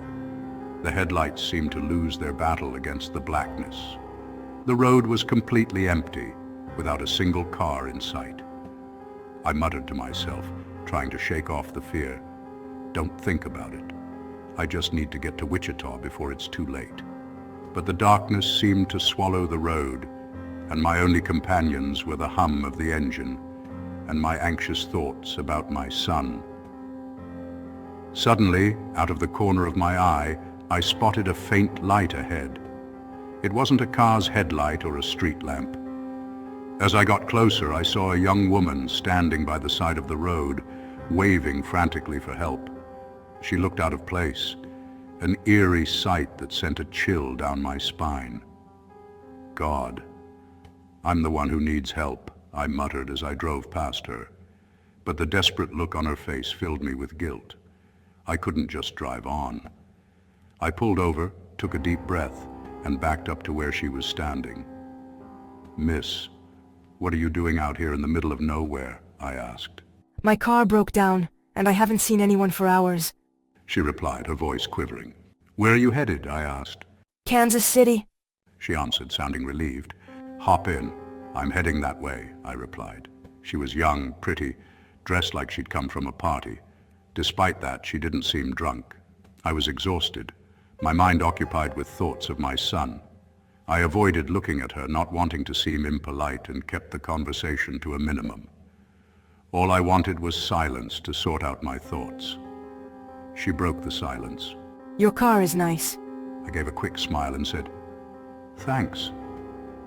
The highway continued to be dark, illuminated only by my headlights. Suddenly, I noticed she was staring at me, studying every detail of my face. A wave of discomfort started to build up. "Why are you looking at me like that?" I asked, trying to hide my irritation. You're handsome, I'm just admiring you. She said with a disturbing smile. "Look, I don't mean to be rude, but I don't like to talk while I'm driving. Besides, I'm married, so let's keep it quiet until we get to Kansas City," I replied, hoping to end any further interaction. She let out a laugh that sounded hollow and unsettling. Then, suddenly, the car stopped abruptly, as if an invisible force had turned it off. I felt both anger and fear surge inside me. "Damn it, what now?" I muttered. I got out, popped the hood, and took a look. Nothing seemed obviously wrong, but the car wouldn't start. The darkness around me felt suffocating. The wind whispered through the nearby fields, and the silence was overpowering. I turned back, and the woman was gone. I looked around, but there was no sign of her. I thought she might be messing with me, trying to scare me. "Hey, miss!" I shouted, but there was no response. My heart began to pound. Was she hiding in the brush by the road? Was she crazy? Already shaking with fear, I decided that if I couldn't fix the car, I'd have to walk and find help. I was still trying to figure out why the car wouldn't start when I heard laughter, distant but clear, from across the road. I shone my phone's flashlight in that direction and saw her. The woman was standing there holding something shiny in her hand. The car won't start without this, she said with a sinister grin, holding up the car key before sprinting into the fields, laughing like a maniac. Furious and desperate, I yelled, "You crazy woman, come back here!" as I started to run after her. I chased her through the dense brush for what felt like 10 minutes. My heart was pounding so fast it felt like it would burst. The darkness was absolute and I could barely see my path. I stumbled several times, but I kept running, driven by anger and fear. Finally, she stopped in front of an old, gnarled oak tree. "Hand over that key, you lunatic," I shouted. When she turned around, pure terror gripped me. She was different now. Her eyes, which had seemed normal before, were now completely black, with no whites.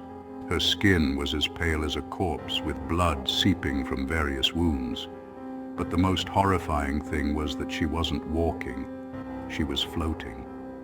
I was frozen with fear. My body shook uncontrollably as she floated closer. Her black eyes seemed to pierce through me, and every cell in my body screamed at me to run, but I couldn't move. She placed a cold hand on my head, and suddenly vivid visions flooded my mind. These weren't memories. They were more like fragments of a nightmare. I saw her at a party, dancing and laughing, but soon 4 men started watching her with dark intentions. I watched as they followed her to her car, drunk and filled with malice. She tried to fight, but they grabbed her and dragged her away. The terror on her face was chilling. They raped her brutally, mercilessly. Then, as if that wasn't enough, they stabbed her multiple times until she stopped moving. I saw them carrying her body to this very tree and burying her there. She took her hand off my head, still floating, and looked deep into my eyes. "That's what happened to me," she said, her voice sounding like it came from the depths of hell. "Those bastards killed me and buried me here. Since that day, I've been stuck in this place. I need your help." I was in shock, still trembling. "What do you want me to do?" I asked, my voice shaky. "You will dig me up. One of those monsters lost a card here, evidence that they buried me. Take my phone and the card with you. I'll handle the rest," she commanded.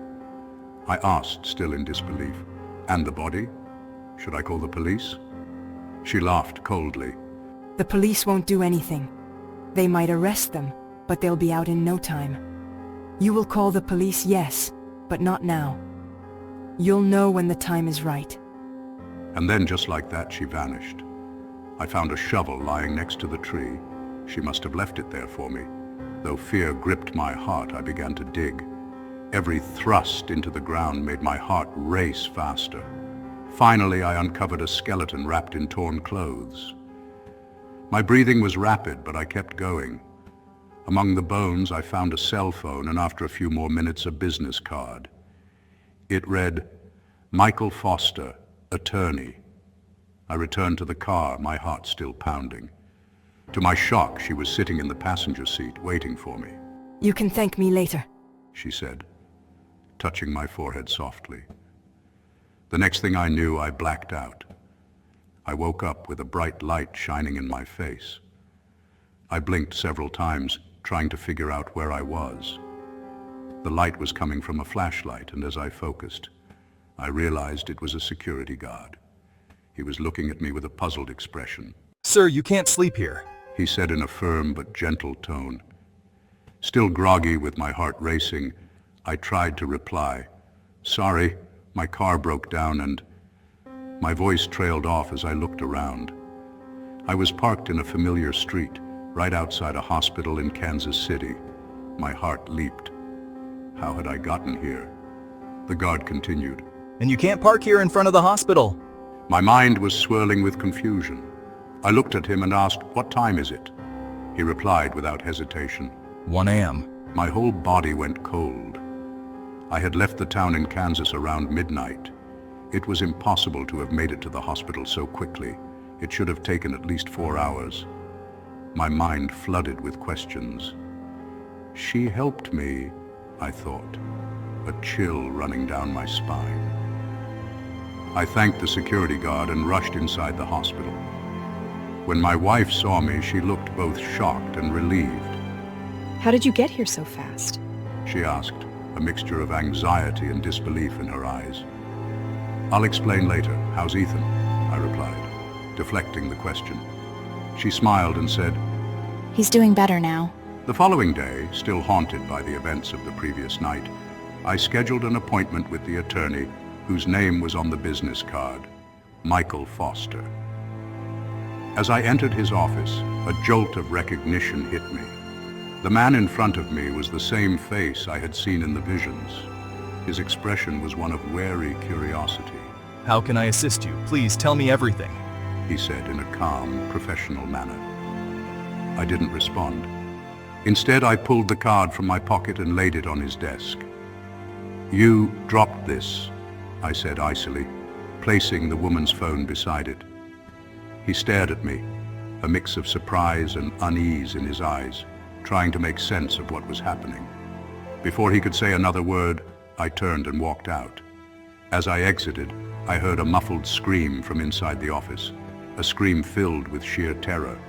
A smile crept across my face. He now understood what was coming for him. A week later, while watching the evening news, a headline grabbed my attention. 4 bodies found brutally mutilated. The screen showed images of faces that were disturbingly familiar, the same men I had seen in the visions.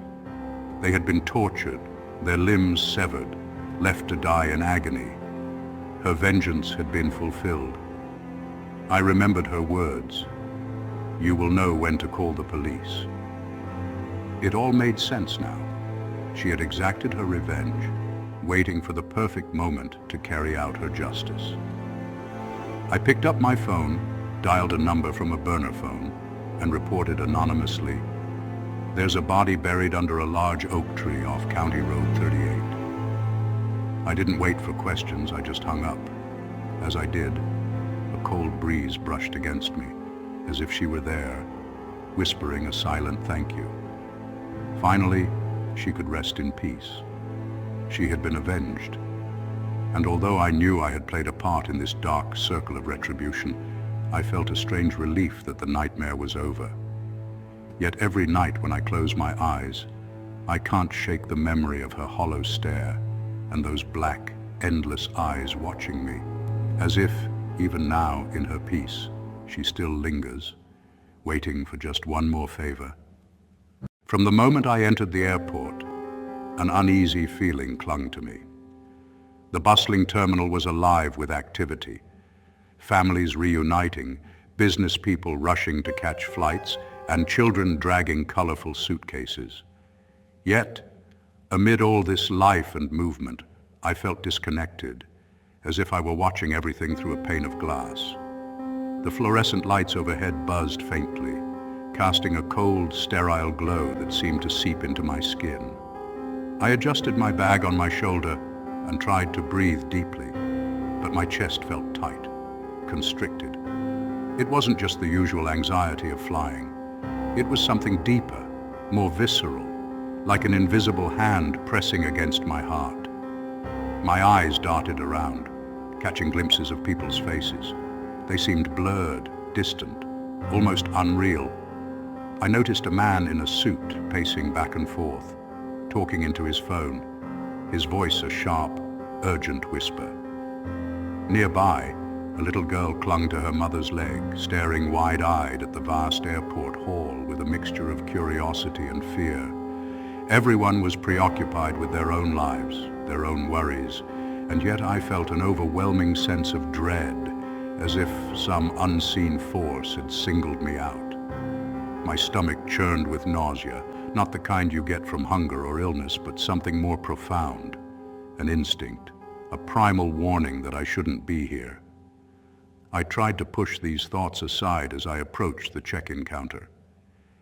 "It's just anxiety," I murmured under my breath, as if saying it out loud would make it true. My hands trembled slightly as I handed my passport to the attendant, who smiled warmly, oblivious to the storm brewing inside me. As I made my way through security, my mind raced.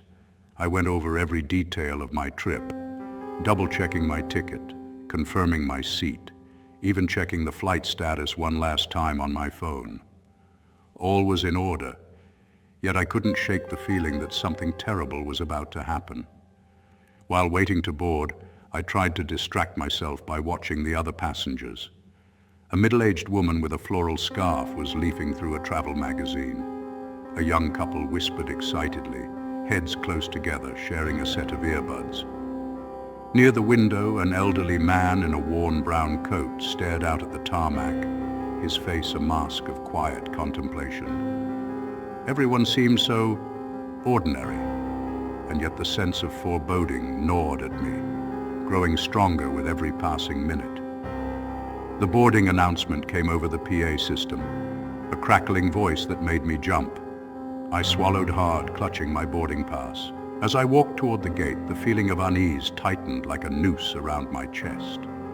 I felt the weight of invisible eyes on me, as if someone, or something, was watching. I hesitated for a moment, glancing back at the terminal behind me. For a fleeting second, I considered turning around, abandoning the flight altogether. But where would I go? What excuse would I give? I shook my head, trying to clear away the irrational fear that had settled in my mind. "It's just a flight," I whispered to myself. "Just another flight." I joined the line of passengers boarding the plane, each step forward feeling like it was taking me closer to some invisible threshold. The narrow jet bridge felt like a tunnel, its walls closing in on me with every step. The hum of the engines outside was louder now, a low, menacing growl that seemed to resonate in my bones. I felt a sudden chill, as if the temperature had dropped a few degrees. When I finally stepped onto the plane, the sensation only intensified. The air inside was warm and heavy, tinged with the faint, acrid smell of jet fuel and something else, something metallic, like the scent of old blood. I tried to steady my breathing, forcing myself to smile at the flight attendant who greeted me. Her eyes were bright, her smile polite, but there was a flicker of something in her gaze, something almost like pity. I made my way down the narrow aisle, avoiding eye contact with the other passengers. The seats were already filling up, families with children, solo travelers, a man in a business suit typing furiously on his laptop. I found my seat near the middle of the plane, and slid into it, trying to ignore the gnawing discomfort in my gut. The woman next to me, the one with the young daughter, gave me a polite smile. Her daughter was perched on the window seat, clutching a ragged stuffed bunny in her tiny hands. She looked up at me with big, curious eyes, and I tried to smile back, but my lips felt stiff, uncooperative. "First time flying?" the woman asked, her voice warm and friendly, with a hint of an accent I couldn't quite place. I nodded, though it wasn't true. I had flown many times before, but never with this kind of dread weighing down my soul. The engines roared to life, and the plane began to taxi down the runway. I gripped the armrest, my knuckles turning white. I closed my eyes and took a deep breath, willing my racing heart to slow down. "It's just anxiety," I repeated in my mind, a silent mantra against the rising tide of fear. The woman beside me leaned closer. Don't worry, she whispered. Everything will be fine. Her words were meant to be reassuring, but they had the opposite effect. They felt hollow, almost mocking, as if she knew something I didn't. The plane accelerated, the runway blurred beneath us, and with a shuddering lurch, we were airborne. I felt my stomach drop and my heart pounded in my chest like a war drum. I glanced out the window, watching the ground fall away, the world shrinking beneath us. The unease grew stronger. I felt trapped, as if the very air around me had become a cage. I glanced at the woman and her daughter again. They seemed so serene, so untouched by the fear that gripped me. I wondered how they could be so calm.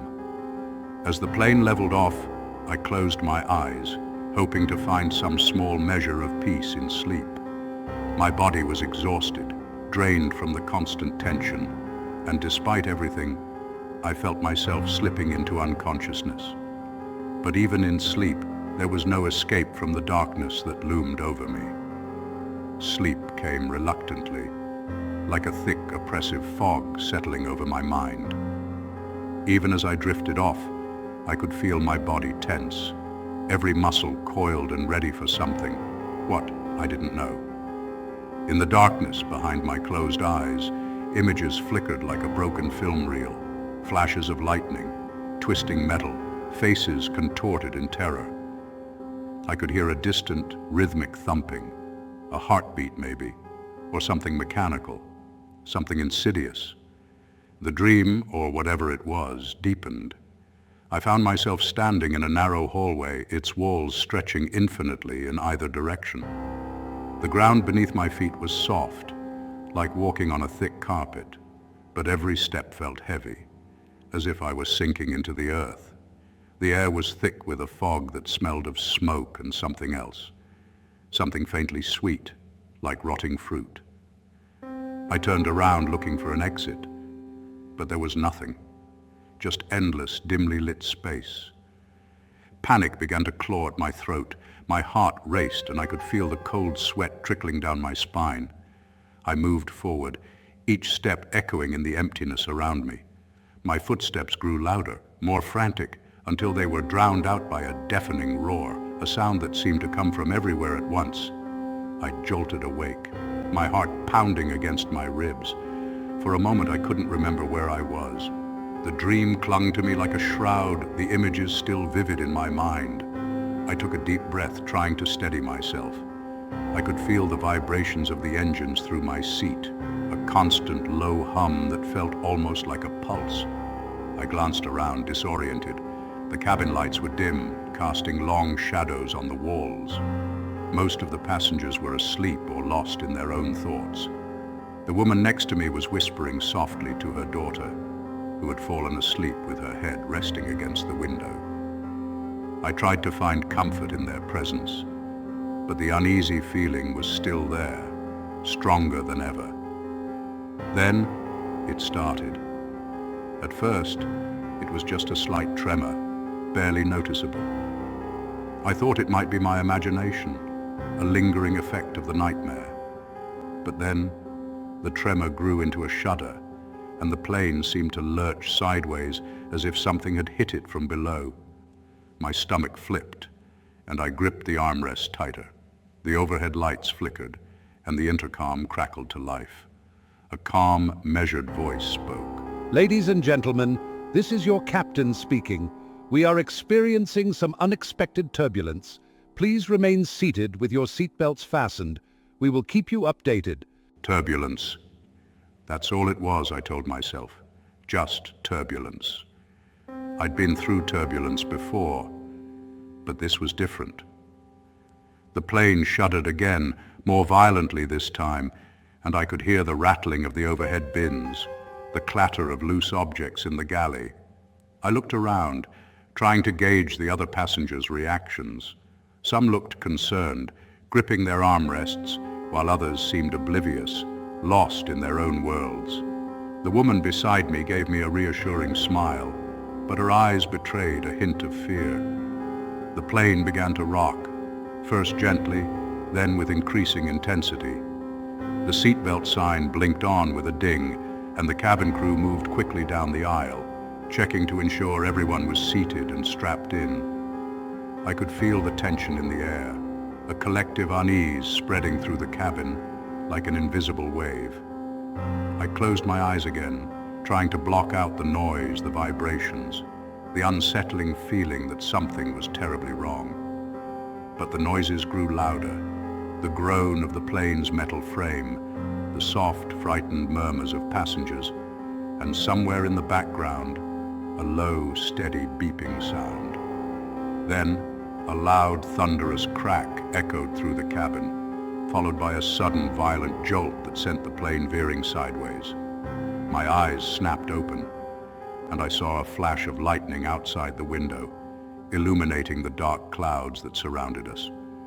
I could hear gasps, screams, and the unmistakable sound of something breaking. The plane dropped suddenly, as if it had fallen off a cliff. My stomach leapt into my throat, and I felt weightless for a brief, terrifying moment. People screamed, a chorus of fear that filled the cabin. The woman next to me clutched her daughter tightly, her face pale, her lips moving in silent prayer. The plane steadied for a moment, but the relief was short-lived. Another jolt, more violent this time, shook the cabin. The overhead bins flew open and bags tumbled out, hitting passengers and the aisle floor with heavy thuds. A baby cried out somewhere behind me, its wail piercing through the chaos. The intercom crackled again, but this time the voice was less steady, tinged with an edge of panic. Ladies and gentlemen, please remain calm and stay in your seats. We are encountering severe turbulence, attempting to... The rest of the announcement was lost in another deafening roar. This time a sound that I recognized instantly, the sound of engines failing. My heart pounded wildly, and I felt my breathing quicken, shallow and rapid. I glanced at the window, where I saw flashes of lightning and thick, swirling clouds, but nothing that made sense. And then it happened. The moment when everything went from bad to catastrophic. A sound like tearing metal filled the air, a high-pitched scream that cut through the cabin. The plane shuddered violently, throwing people against their seatbelts. The oxygen masks dropped from the ceiling with a hiss, dangling like lifelines in a storm. The cabin lights flickered again, then went out completely, plunging us into near darkness. I could hear frantic cries, the sound of people fumbling for the masks, the click and snap as they pulled them over their faces. My own hands shook as I grabbed the mask in front of me, struggling to breathe through the plastic tube. The plane lurched again, harder this time, and I felt a sudden, sickening drop. I was pressed back into my seat as the plane pitched downward. I heard the unmistakable sound of metal tearing, like the skin of the plane was being peeled away by giant hands. The sound grew louder, more frantic, and I could see pieces of the interior beginning to break free, panels from the ceiling, bits of luggage, anything not secured flying through the air like deadly missiles. The screams grew louder, more desperate. I turned to the woman beside me, her face contorted in terror, her arms wrapped around her daughter. I tried to speak, to say something, anything, but my voice was lost in the cacophony. I felt the plane begin to spin, a slow, terrifying roll that pressed me sideways against my seat.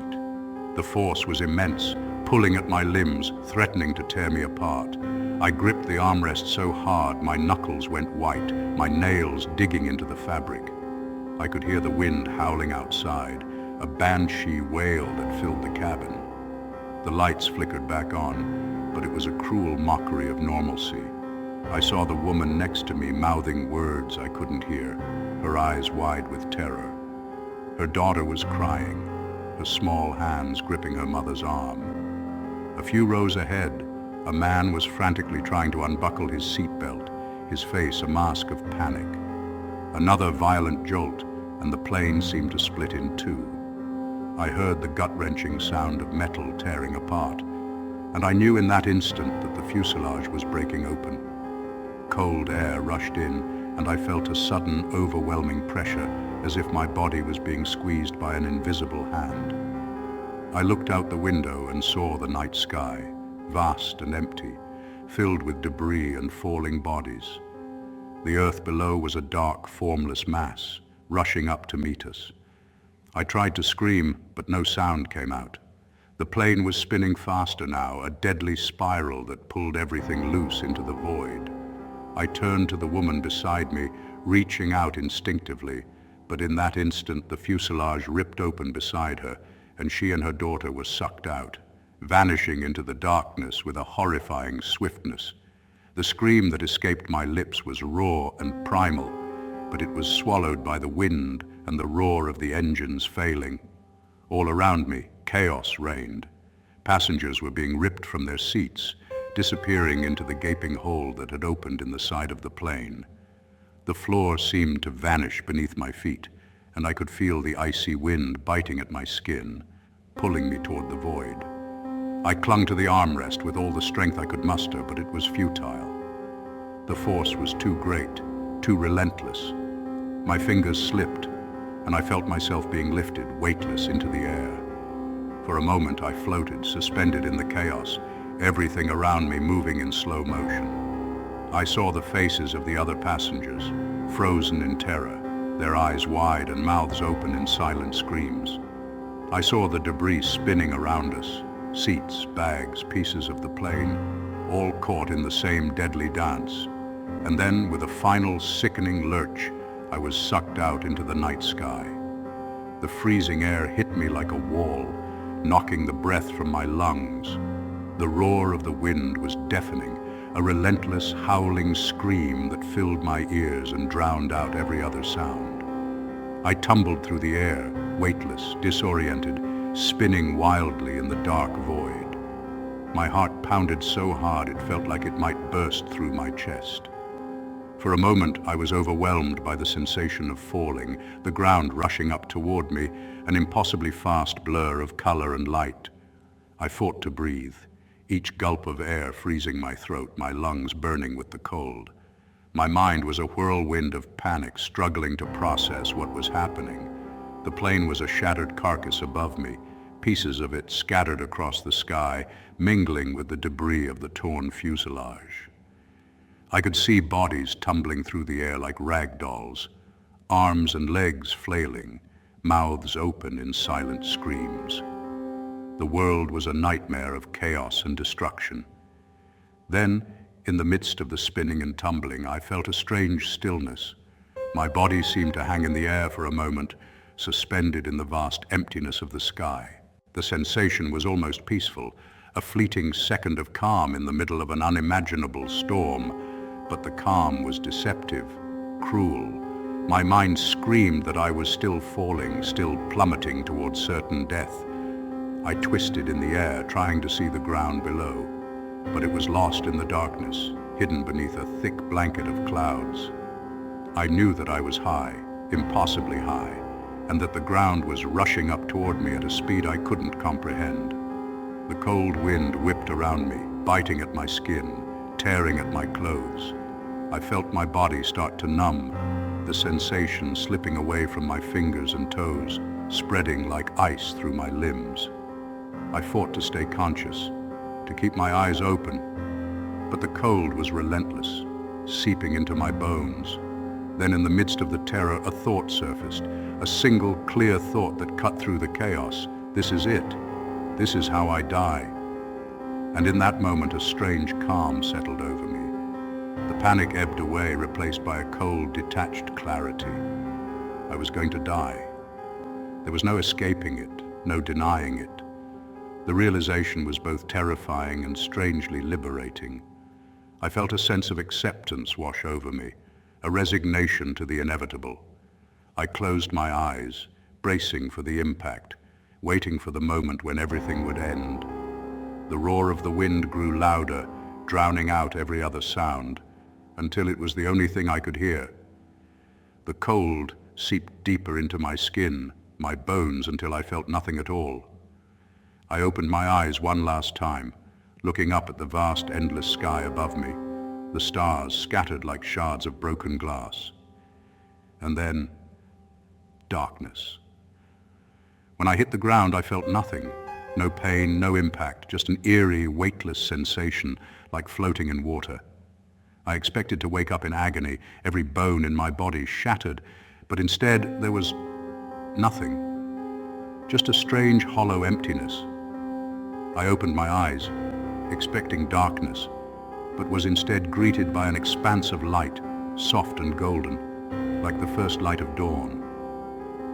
I lay there for a moment, confused, trying to make sense of what had happened. I could feel the ground beneath me, solid and cool against my back, but I felt no pain, no discomfort. My body felt light, almost insubstantial, like I was a shadow or a whisper of myself. Slowly I sat up, my movements feeling strangely fluid, almost effortless. I looked around, blinking against the soft light, trying to take in my surroundings. I was in a field, a vast open space stretching out in every direction. The grass was tall and swayed gently in the breeze, a sea of green beneath the endless sky. The sky was a clear, vibrant blue with wisps of white clouds drifting lazily across it. There was no sign of the storm, no sign of the plane or the chaos that had surrounded me just moments ago. The air was warm and carried the faint scent of flowers, something sweet and familiar. I stood up slowly, almost hesitantly, as if testing the ground beneath me. It felt solid enough, but there was something off, something that didn't quite feel real. I took a few steps, feeling the grass brush against my legs, soft and gentle, almost like a caress. As I walked, I felt a growing sense of confusion. How had I survived? Where was I? Why was everything so calm? I turned around, searching for any sign of the crash, any sign of the plane, but there was nothing, just the field, stretching out to the horizon. Then, in the distance, I saw it. The smoke, a thin, dark plume rising into the clear blue sky, twisting and curling like a snake. My heart began to race again, and I felt a rush of adrenaline surge through me. Without thinking, I started to run toward the smoke, my feet pounding against the soil. The closer I got, the more details I could make out. The jagged shapes of debris scattered across the field, the charred remains of what looked like parts of the plane's fuselage. The air grew heavier, the sweet scent replaced by something acrid, something that burned my throat and stung my eyes. When I reached the crash site, I stopped dead in my tracks. My breath caught in my throat, and I felt a wave of nausea wash over me. The plane was a twisted, broken shell, its metal skin blackened and charred. Pieces of the wings were scattered across the field like broken toys, and the tail section jutted out of the ground at an awkward angle. The smell of burning fuel filled the air, thick and suffocating. I could see small fires. Little pockets of flame flickered and danced amid the wreckage. And then I saw them, the bodies, or what was left of them. Mangled, twisted forms lay strewn across the field, some still strapped into their seats, others flung out like discarded dolls. I could see faces, or what remained of them, frozen expressions of terror. My stomach turned, and I fought the urge to vomit. I took a step forward, my legs shaking, my mind reeling nightmare, a vivid, grotesque scene that I couldn't escape. I moved slowly, carefully, my eyes scanning the wreckage for any sign of life, any hint that someone might still be alive. And then I saw it, a body, lying just a few feet away, partially obscured by a piece of twisted metal. My heart skipped a beat, and I felt a cold sweat break out on my forehead. I took another step closer, my breath coming in short, ragged gasps. The body was twisted, one arm bent at an unnatural angle, the clothes burned and torn. I moved closer still, my eyes locked on the face, and then I stopped, my blood turning to ice in my veins. The face was mine. I stared, my mind struggling to make sense of what I was seeing. My own face contorted in a mask of terror, my eyes wide and unseeing, my mouth open in a final, silent scream. My chest was shattered, the skin charred and blackened, the heart beneath it still and silent. I stumbled backward, my heart pounding in my ears, my mind racing. How could this be, I thought, panic flooding my senses. How could I be here looking at myself? I turned, desperate for some explanation, some sign that this was all a mistake, a hallucination, anything but the truth. But the truth was there, undeniable, staring back at me from the wreckage. I had never left that plane. I had died when it began to fall, my heart giving out from the fear and shock before the impact. Everything I had experienced since, the fall, the field, the calm, it had all been an illusion, a final, desperate trick of a dying mind clinging to life. I felt the world around me spin, the ground shifting beneath my feet. I wanted to scream, to cry, to rage against the injustice of it all, but no sound came out. I was frozen, trapped in this moment of realization, this terrible truth that I couldn't escape. As I stood there, staring at my own lifeless body, I began to hear faint whispers. They started as soft murmurs, like the rustling of leaves in the wind, but they grew louder, more distinct. I turned slowly, looking around, and I saw them, the other passengers, the ones I thought had been lost. They were standing around the wreckage, their faces pale, their eyes wide and empty. Each of them stared at their own bodies, their expressions a mix of horror, confusion, and resignation. Some were crying, others were shouting, but their voices seemed distant, like echoes from a faraway place.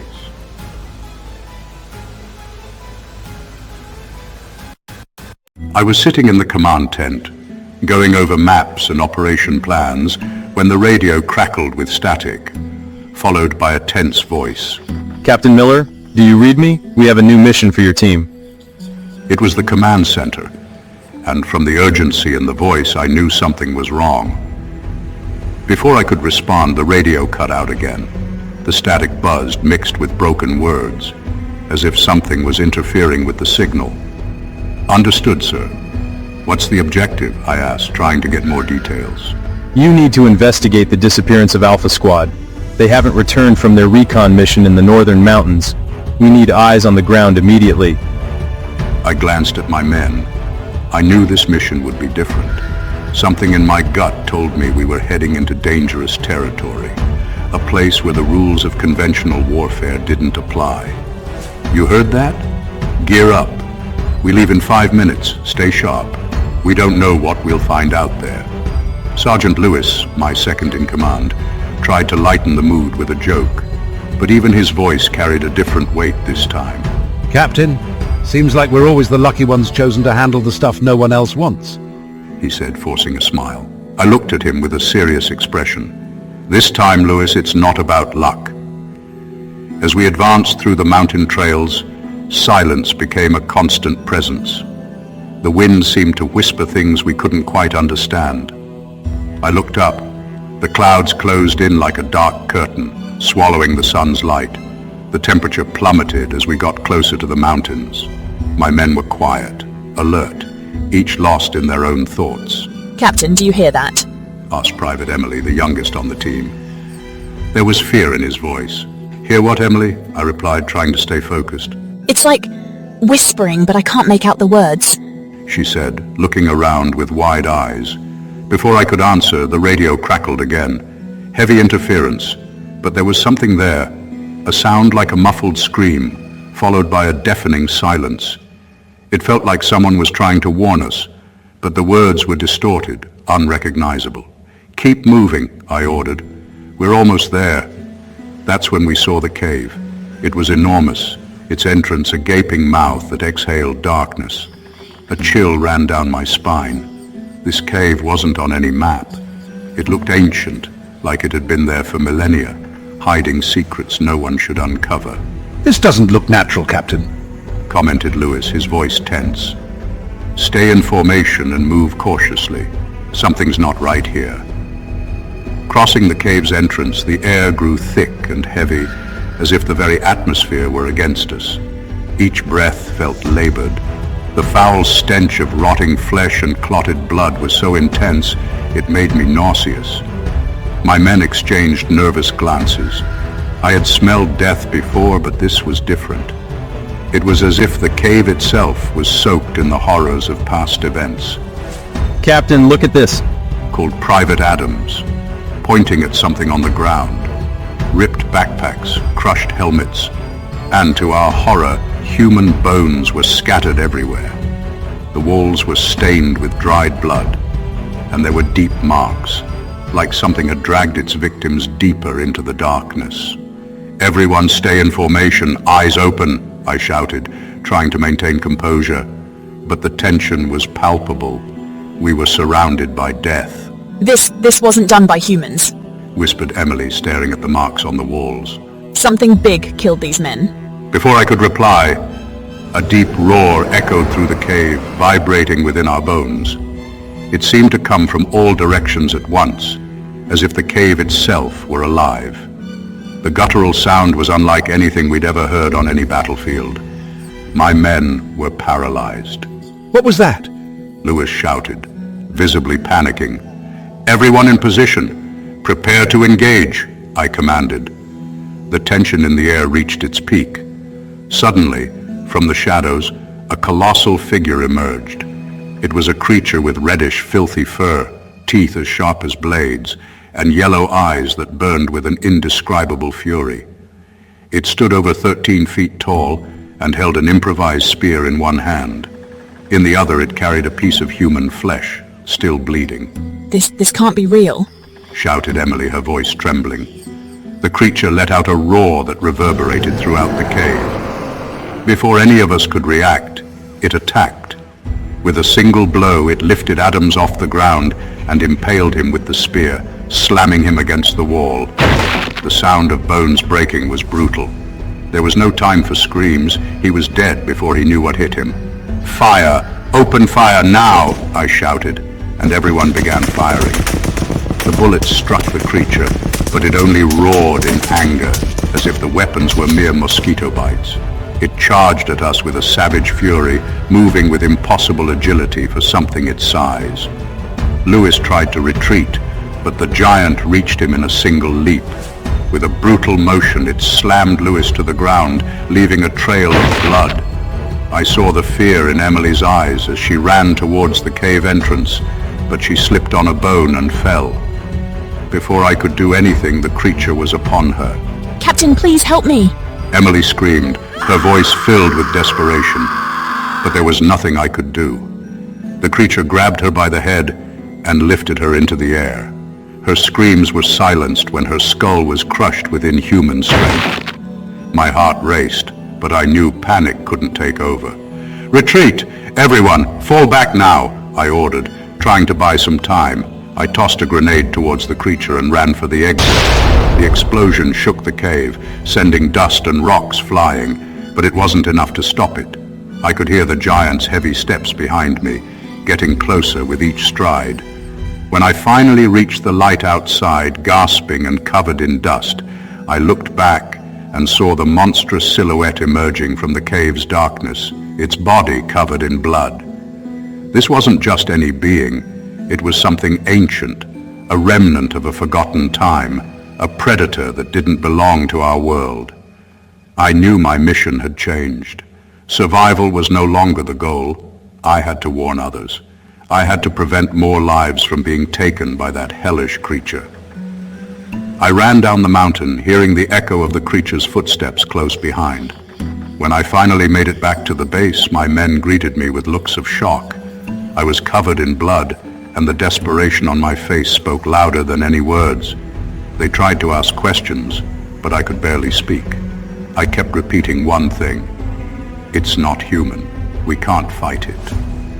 The officers looked at me with skepticism, as if I were delirious, but I knew what I had seen, and I knew the terror was far from over. As we approached the cave, the silence was oppressive. There were no birds, no whispers of the wind, just the tense breathing of the soldiers and the crunch of their boots on rocky ground. The cave was partially collapsed, but the darkness that emanated from it seemed alive, as if it were waiting for us. Captain, something's wrong. That thing is watching us, whispered Lewis, still shaken by what he had witnessed earlier. I knew he was right. I could feel the creature's presence, like a sinister shadow lurking, waiting for the right moment to strike. I ordered the team to spread out and surround the cave entrance. This time, we had heavier weapons, grenade launchers, high-impact explosives. But deep down, I knew it might not be enough. Suddenly, a rumble echoed from inside the cave. The sound of rocks shifting, followed by a guttural breathing that reverberated through the air. The creature was awake. "It's coming! Everyone, hold your positions!" I shouted. The soldiers aimed their weapons at the darkness. The tension was unbearable. My hands were sweaty, and the sound of my heart pounding in my ears was deafening. The creature was approaching, and every second felt like an eternity. When it finally appeared, emerging from the shadows like a resurrected demon, it was even more terrifying than before. The giant was covered in dried blood and mud. Its eyes, two blazing yellow flames, fixed on us with ancient hatred. Its reddish skin looked thicker, as if it were adapting to the wounds inflicted by our bullets. There was no doubt this thing was not just flesh and bone. It was a manifestation of something much darker. "Open fire!" I ordered, and the soldiers unleashed their attack. The bullets hit the monster, but it only roared in fury. We fired grenades that exploded around it, sending shrapnel and debris flying, but the creature advanced, unyielding. It moved with terrifying speed, cutting through our formation like we were nothing. Each strike brought cries of pain and despair. Chaos erupted. Screams, gunfire, and the sound of bodies being thrown around blended into a living nightmare. One soldier was cut in half by the creature's spear, while another was crushed against the rocks. The air was filled with the smell of blood and gunpowder, and the sight of torn limbs and shredded bodies was simply macabre. I tried to retreat to reposition the team, but the creature was on us before we could react. One by one, my men fell, their faces frozen in terror forever. The ground was soaked with blood and littered with human remains. The monster seemed to feed off our despair, becoming fiercer with every second. With only a few men left and no other options, I decided our only chance was to use the terrain to our advantage. The creature was pushing us back to the cave entrance, where we could try to trap it. I knew that if we failed, none of us would leave that valley alive. "Prepare the explosives. We're going to lure it to the entrance," I shouted to the remaining soldiers. As we retreated, the creature followed, like a predator that knew victory was near. Its heavy breathing and crushing footsteps echoed through the valley. When we positioned ourselves near the cave entrance, I started shouting to draw the monster's attention. "Hey, you bastard, come and get me!" The giant roared and charged. I knew this was our last chance. As the creature was about to reach the entrance, I gave the order. "Now!" Explosives were detonating. The cave entrance collapsed in a whirlwind of rocks and dust. The explosion echoed through the valley, and for a moment everything was silent. I fell to the ground, stunned and covered in debris. The few remaining soldiers were in shock, but alive. I took a deep breath, trying to calm my heart. Had we done it? Had we finally defeated that demon? The silence was shattered by a deep sound, the crack of shifting rocks. My blood ran cold. I knew it couldn't be true, but then I heard the roar again, even more ferocious. From amidst the rubble, the creature emerged. It was wounded, bleeding, but not defeated. Its eyes burned brighter, as if its very rage was fueling its strength. "No, it can't be," murmured one of the soldiers, his voice trembling with pure terror. I had no more plans, no more tactics. This thing was unbeatable. With a final desperate charge, I fired at the monster as it advanced on us. A devastating blow struck it, but it moved with a fury that could only be described as supernatural.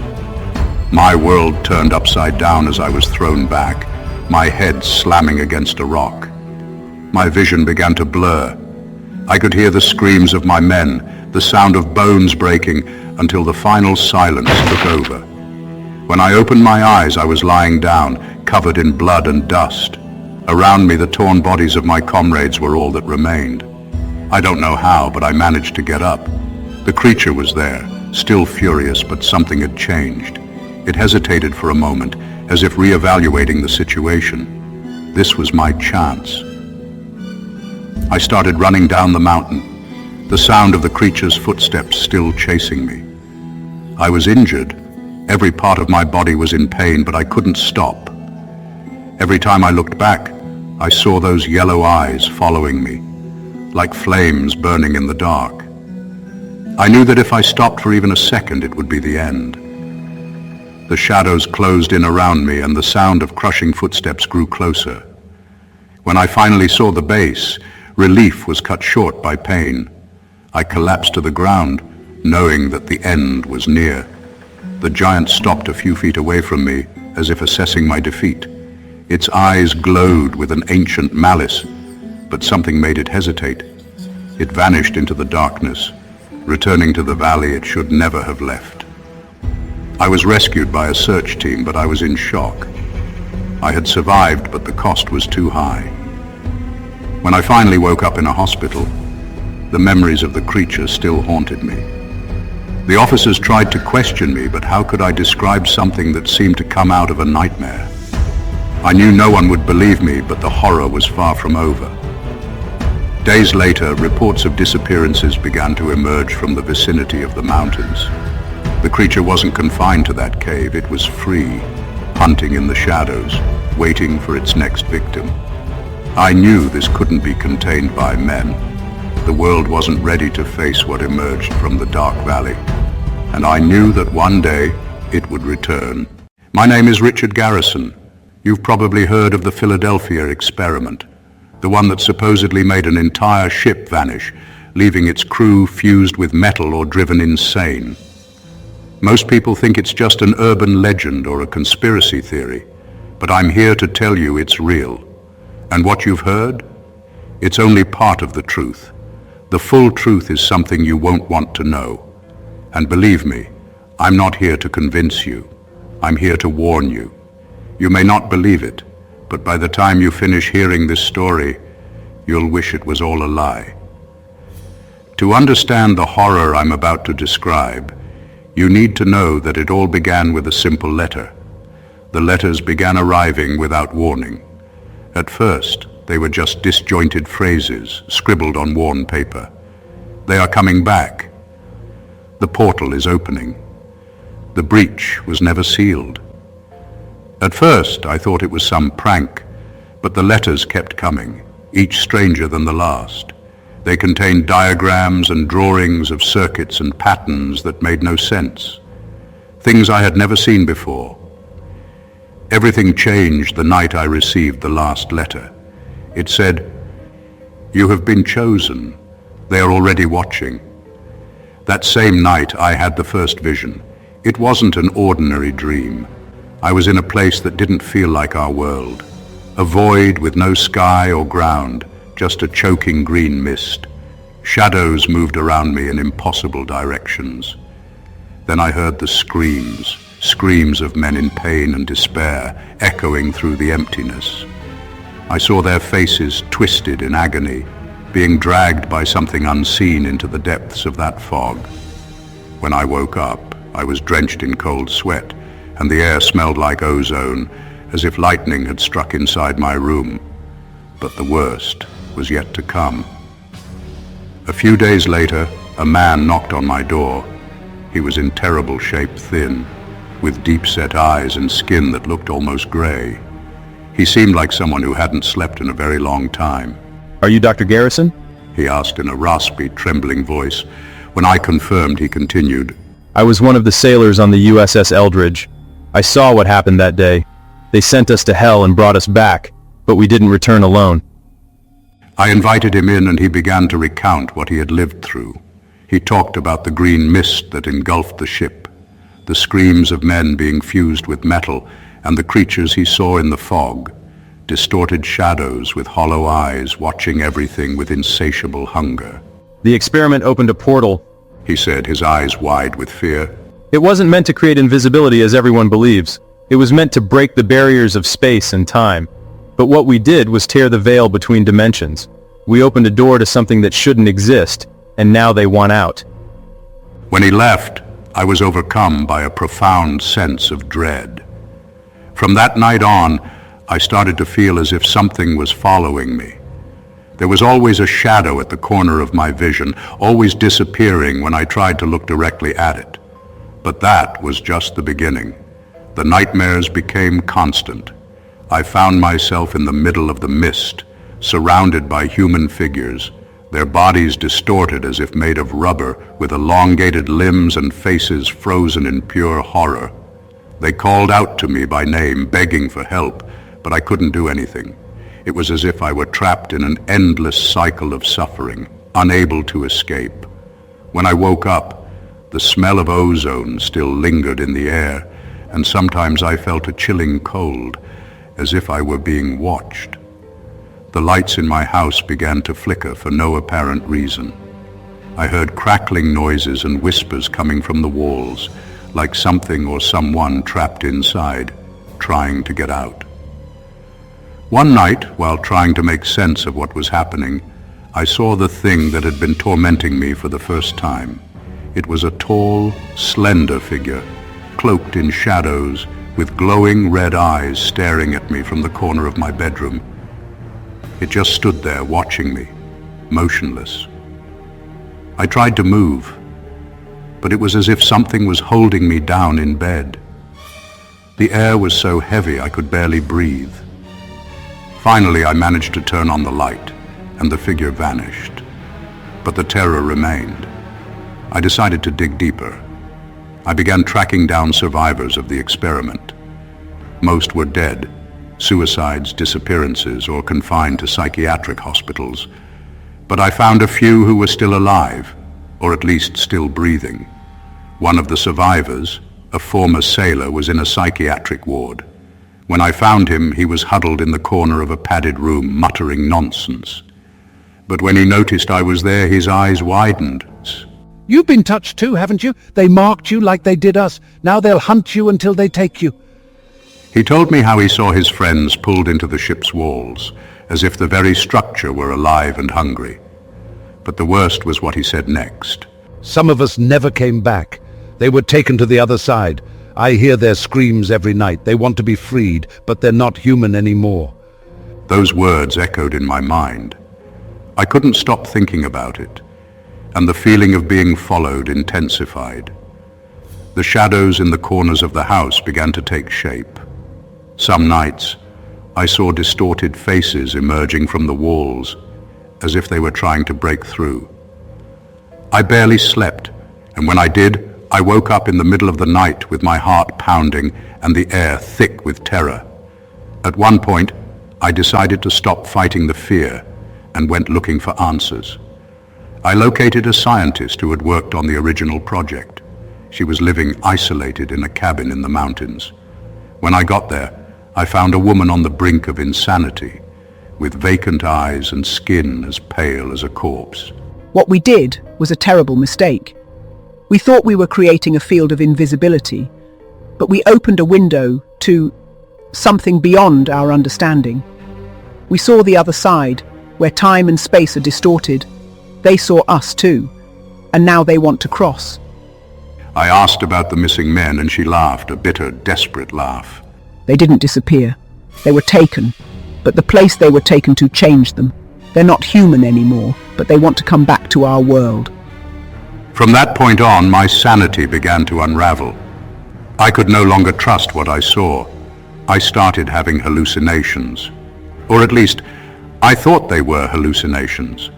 I saw the walls of my house ripple as if made of water. Time seemed to distort. Sometimes minutes passed in seconds. Other times, an hour felt like an eternity. The dark figures were everywhere, lurking in mirrors, in windows, in dark corners.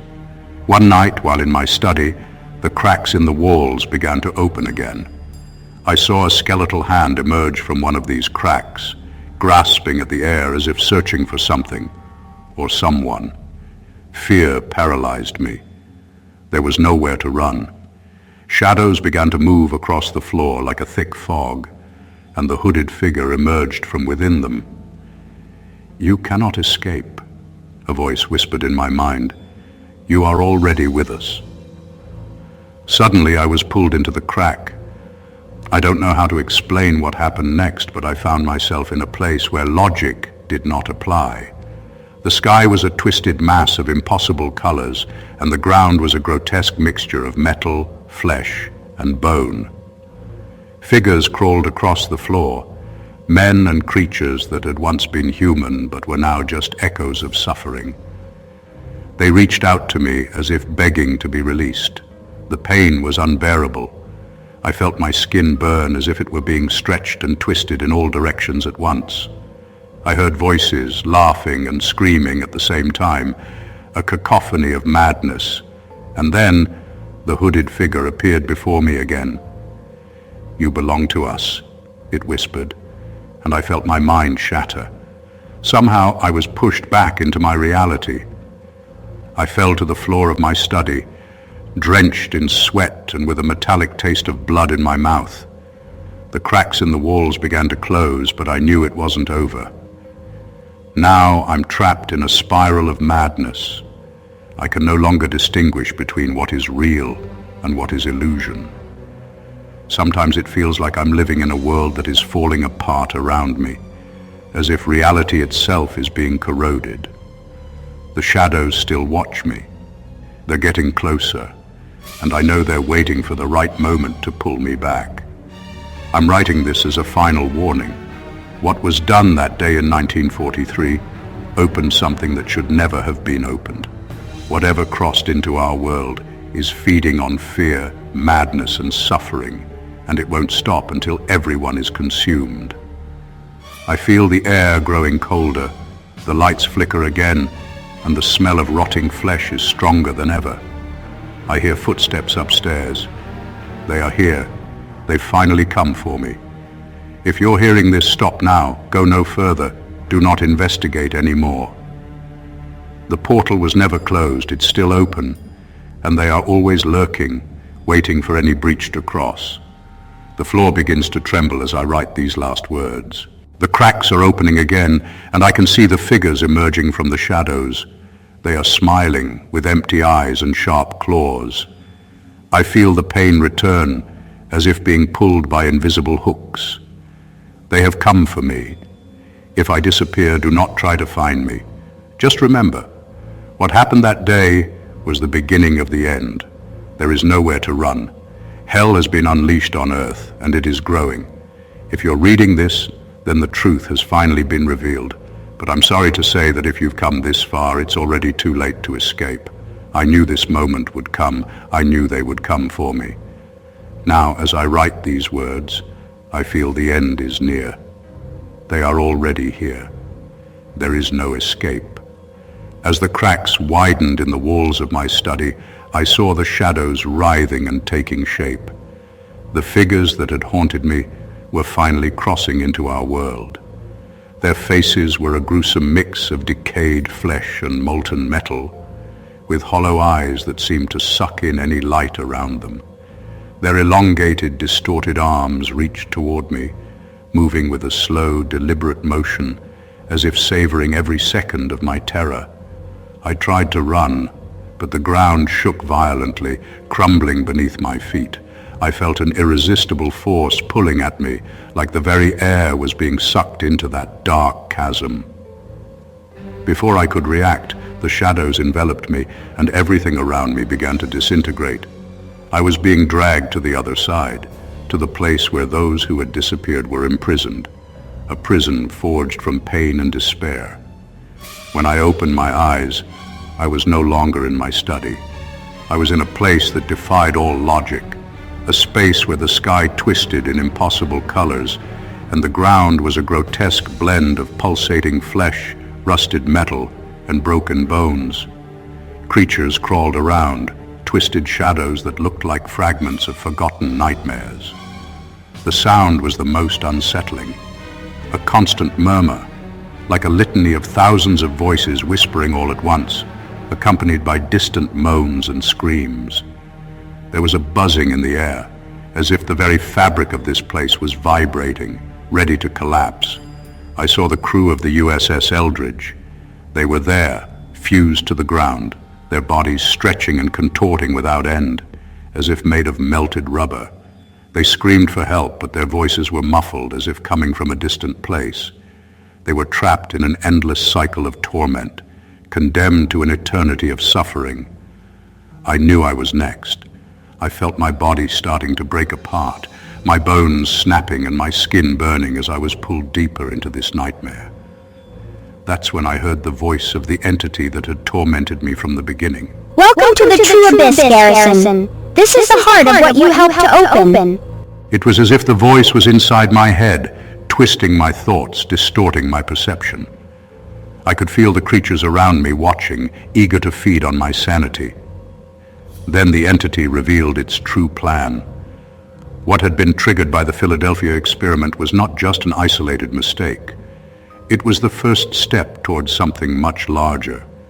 They had found a way to open portals to our world, and now they were preparing to open many more. You were just one of the first to fall. But there are more. Many more. We are everywhere now. Every crack in reality, every fissure in human sanity is a door to us. And now, Earth will be our new domain. I saw visions of our world being consumed by these creatures. Portals opening in different parts of the planet, cities swallowed by darkness, people dragged into these endless chasms. The shadows multiplied, infesting streets, buildings, homes, until there was no refuge left. Reality itself was being devoured, consumed by these entities that should never have existed. Everything we knew was falling apart, and Earth was becoming an extension of this hellish place, a realm where time and space were corroded by madness. I could feel humanity's despair as everything crumbled around us, and then everything went dark. Years later, the only thing that remained of Richard Garrison's disappearance was this letter, the letter you are reading now. I am Mark Holloway, an FBI detective. For years, I have investigated cases of mysterious disappearances and inexplicable tragedies, all seemingly connected to the so-called Philadelphia experiment. At first, I thought it was all conspiracy theories, urban legends, and the delusions of people obsessed with mysteries. But as I dug deeper into my investigation, I began to see something I could no longer ignore. The clues were subtle, but they were all there.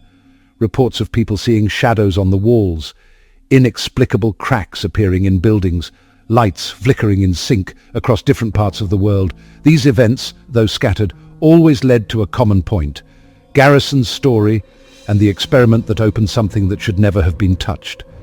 Garrison's letter was found in a locked cabinet in the basement of his old house. It was covered in dust and had stains that looked like dried blood. Next to the letter were blurred photos of shadows moving in places where logic said they shouldn't be, and audio recordings filled with static and indistinct whispers. However, what really shook me was the final paragraph of the letter. Garrison described in detail what was about to happen, something so terrible that just reading it made my spine tingle. I confess that, at first, I thought it was the delirium of a madman. However, as I studied the documents and cross-referenced the information with the cases I had investigated over the years, I began to notice a pattern. The more I delved into it, the more I realized something was wrong. And then, the nightmares began. The visions were similar to those Garrison described: green mists, skeletal shadows, and figures that seemed to watch me with hunger and malice. Every time I woke up, my room seemed to be filled with a strange smell of ozone and rotting flesh. The walls seemed to subtly shift, as if they were breathing. It was on one of those nights that everything changed. I was at FBI headquarters, going through the papers and recordings related to the case, when the lights began to flicker. A high-pitched buzzing filled the room, like a constant electrical shock. The air suddenly grew cold, and I felt a terrible presence approaching. I heard a scraping on the walls, like long, sharp nails dragging across the plaster. The feeling of being watched was inescapable.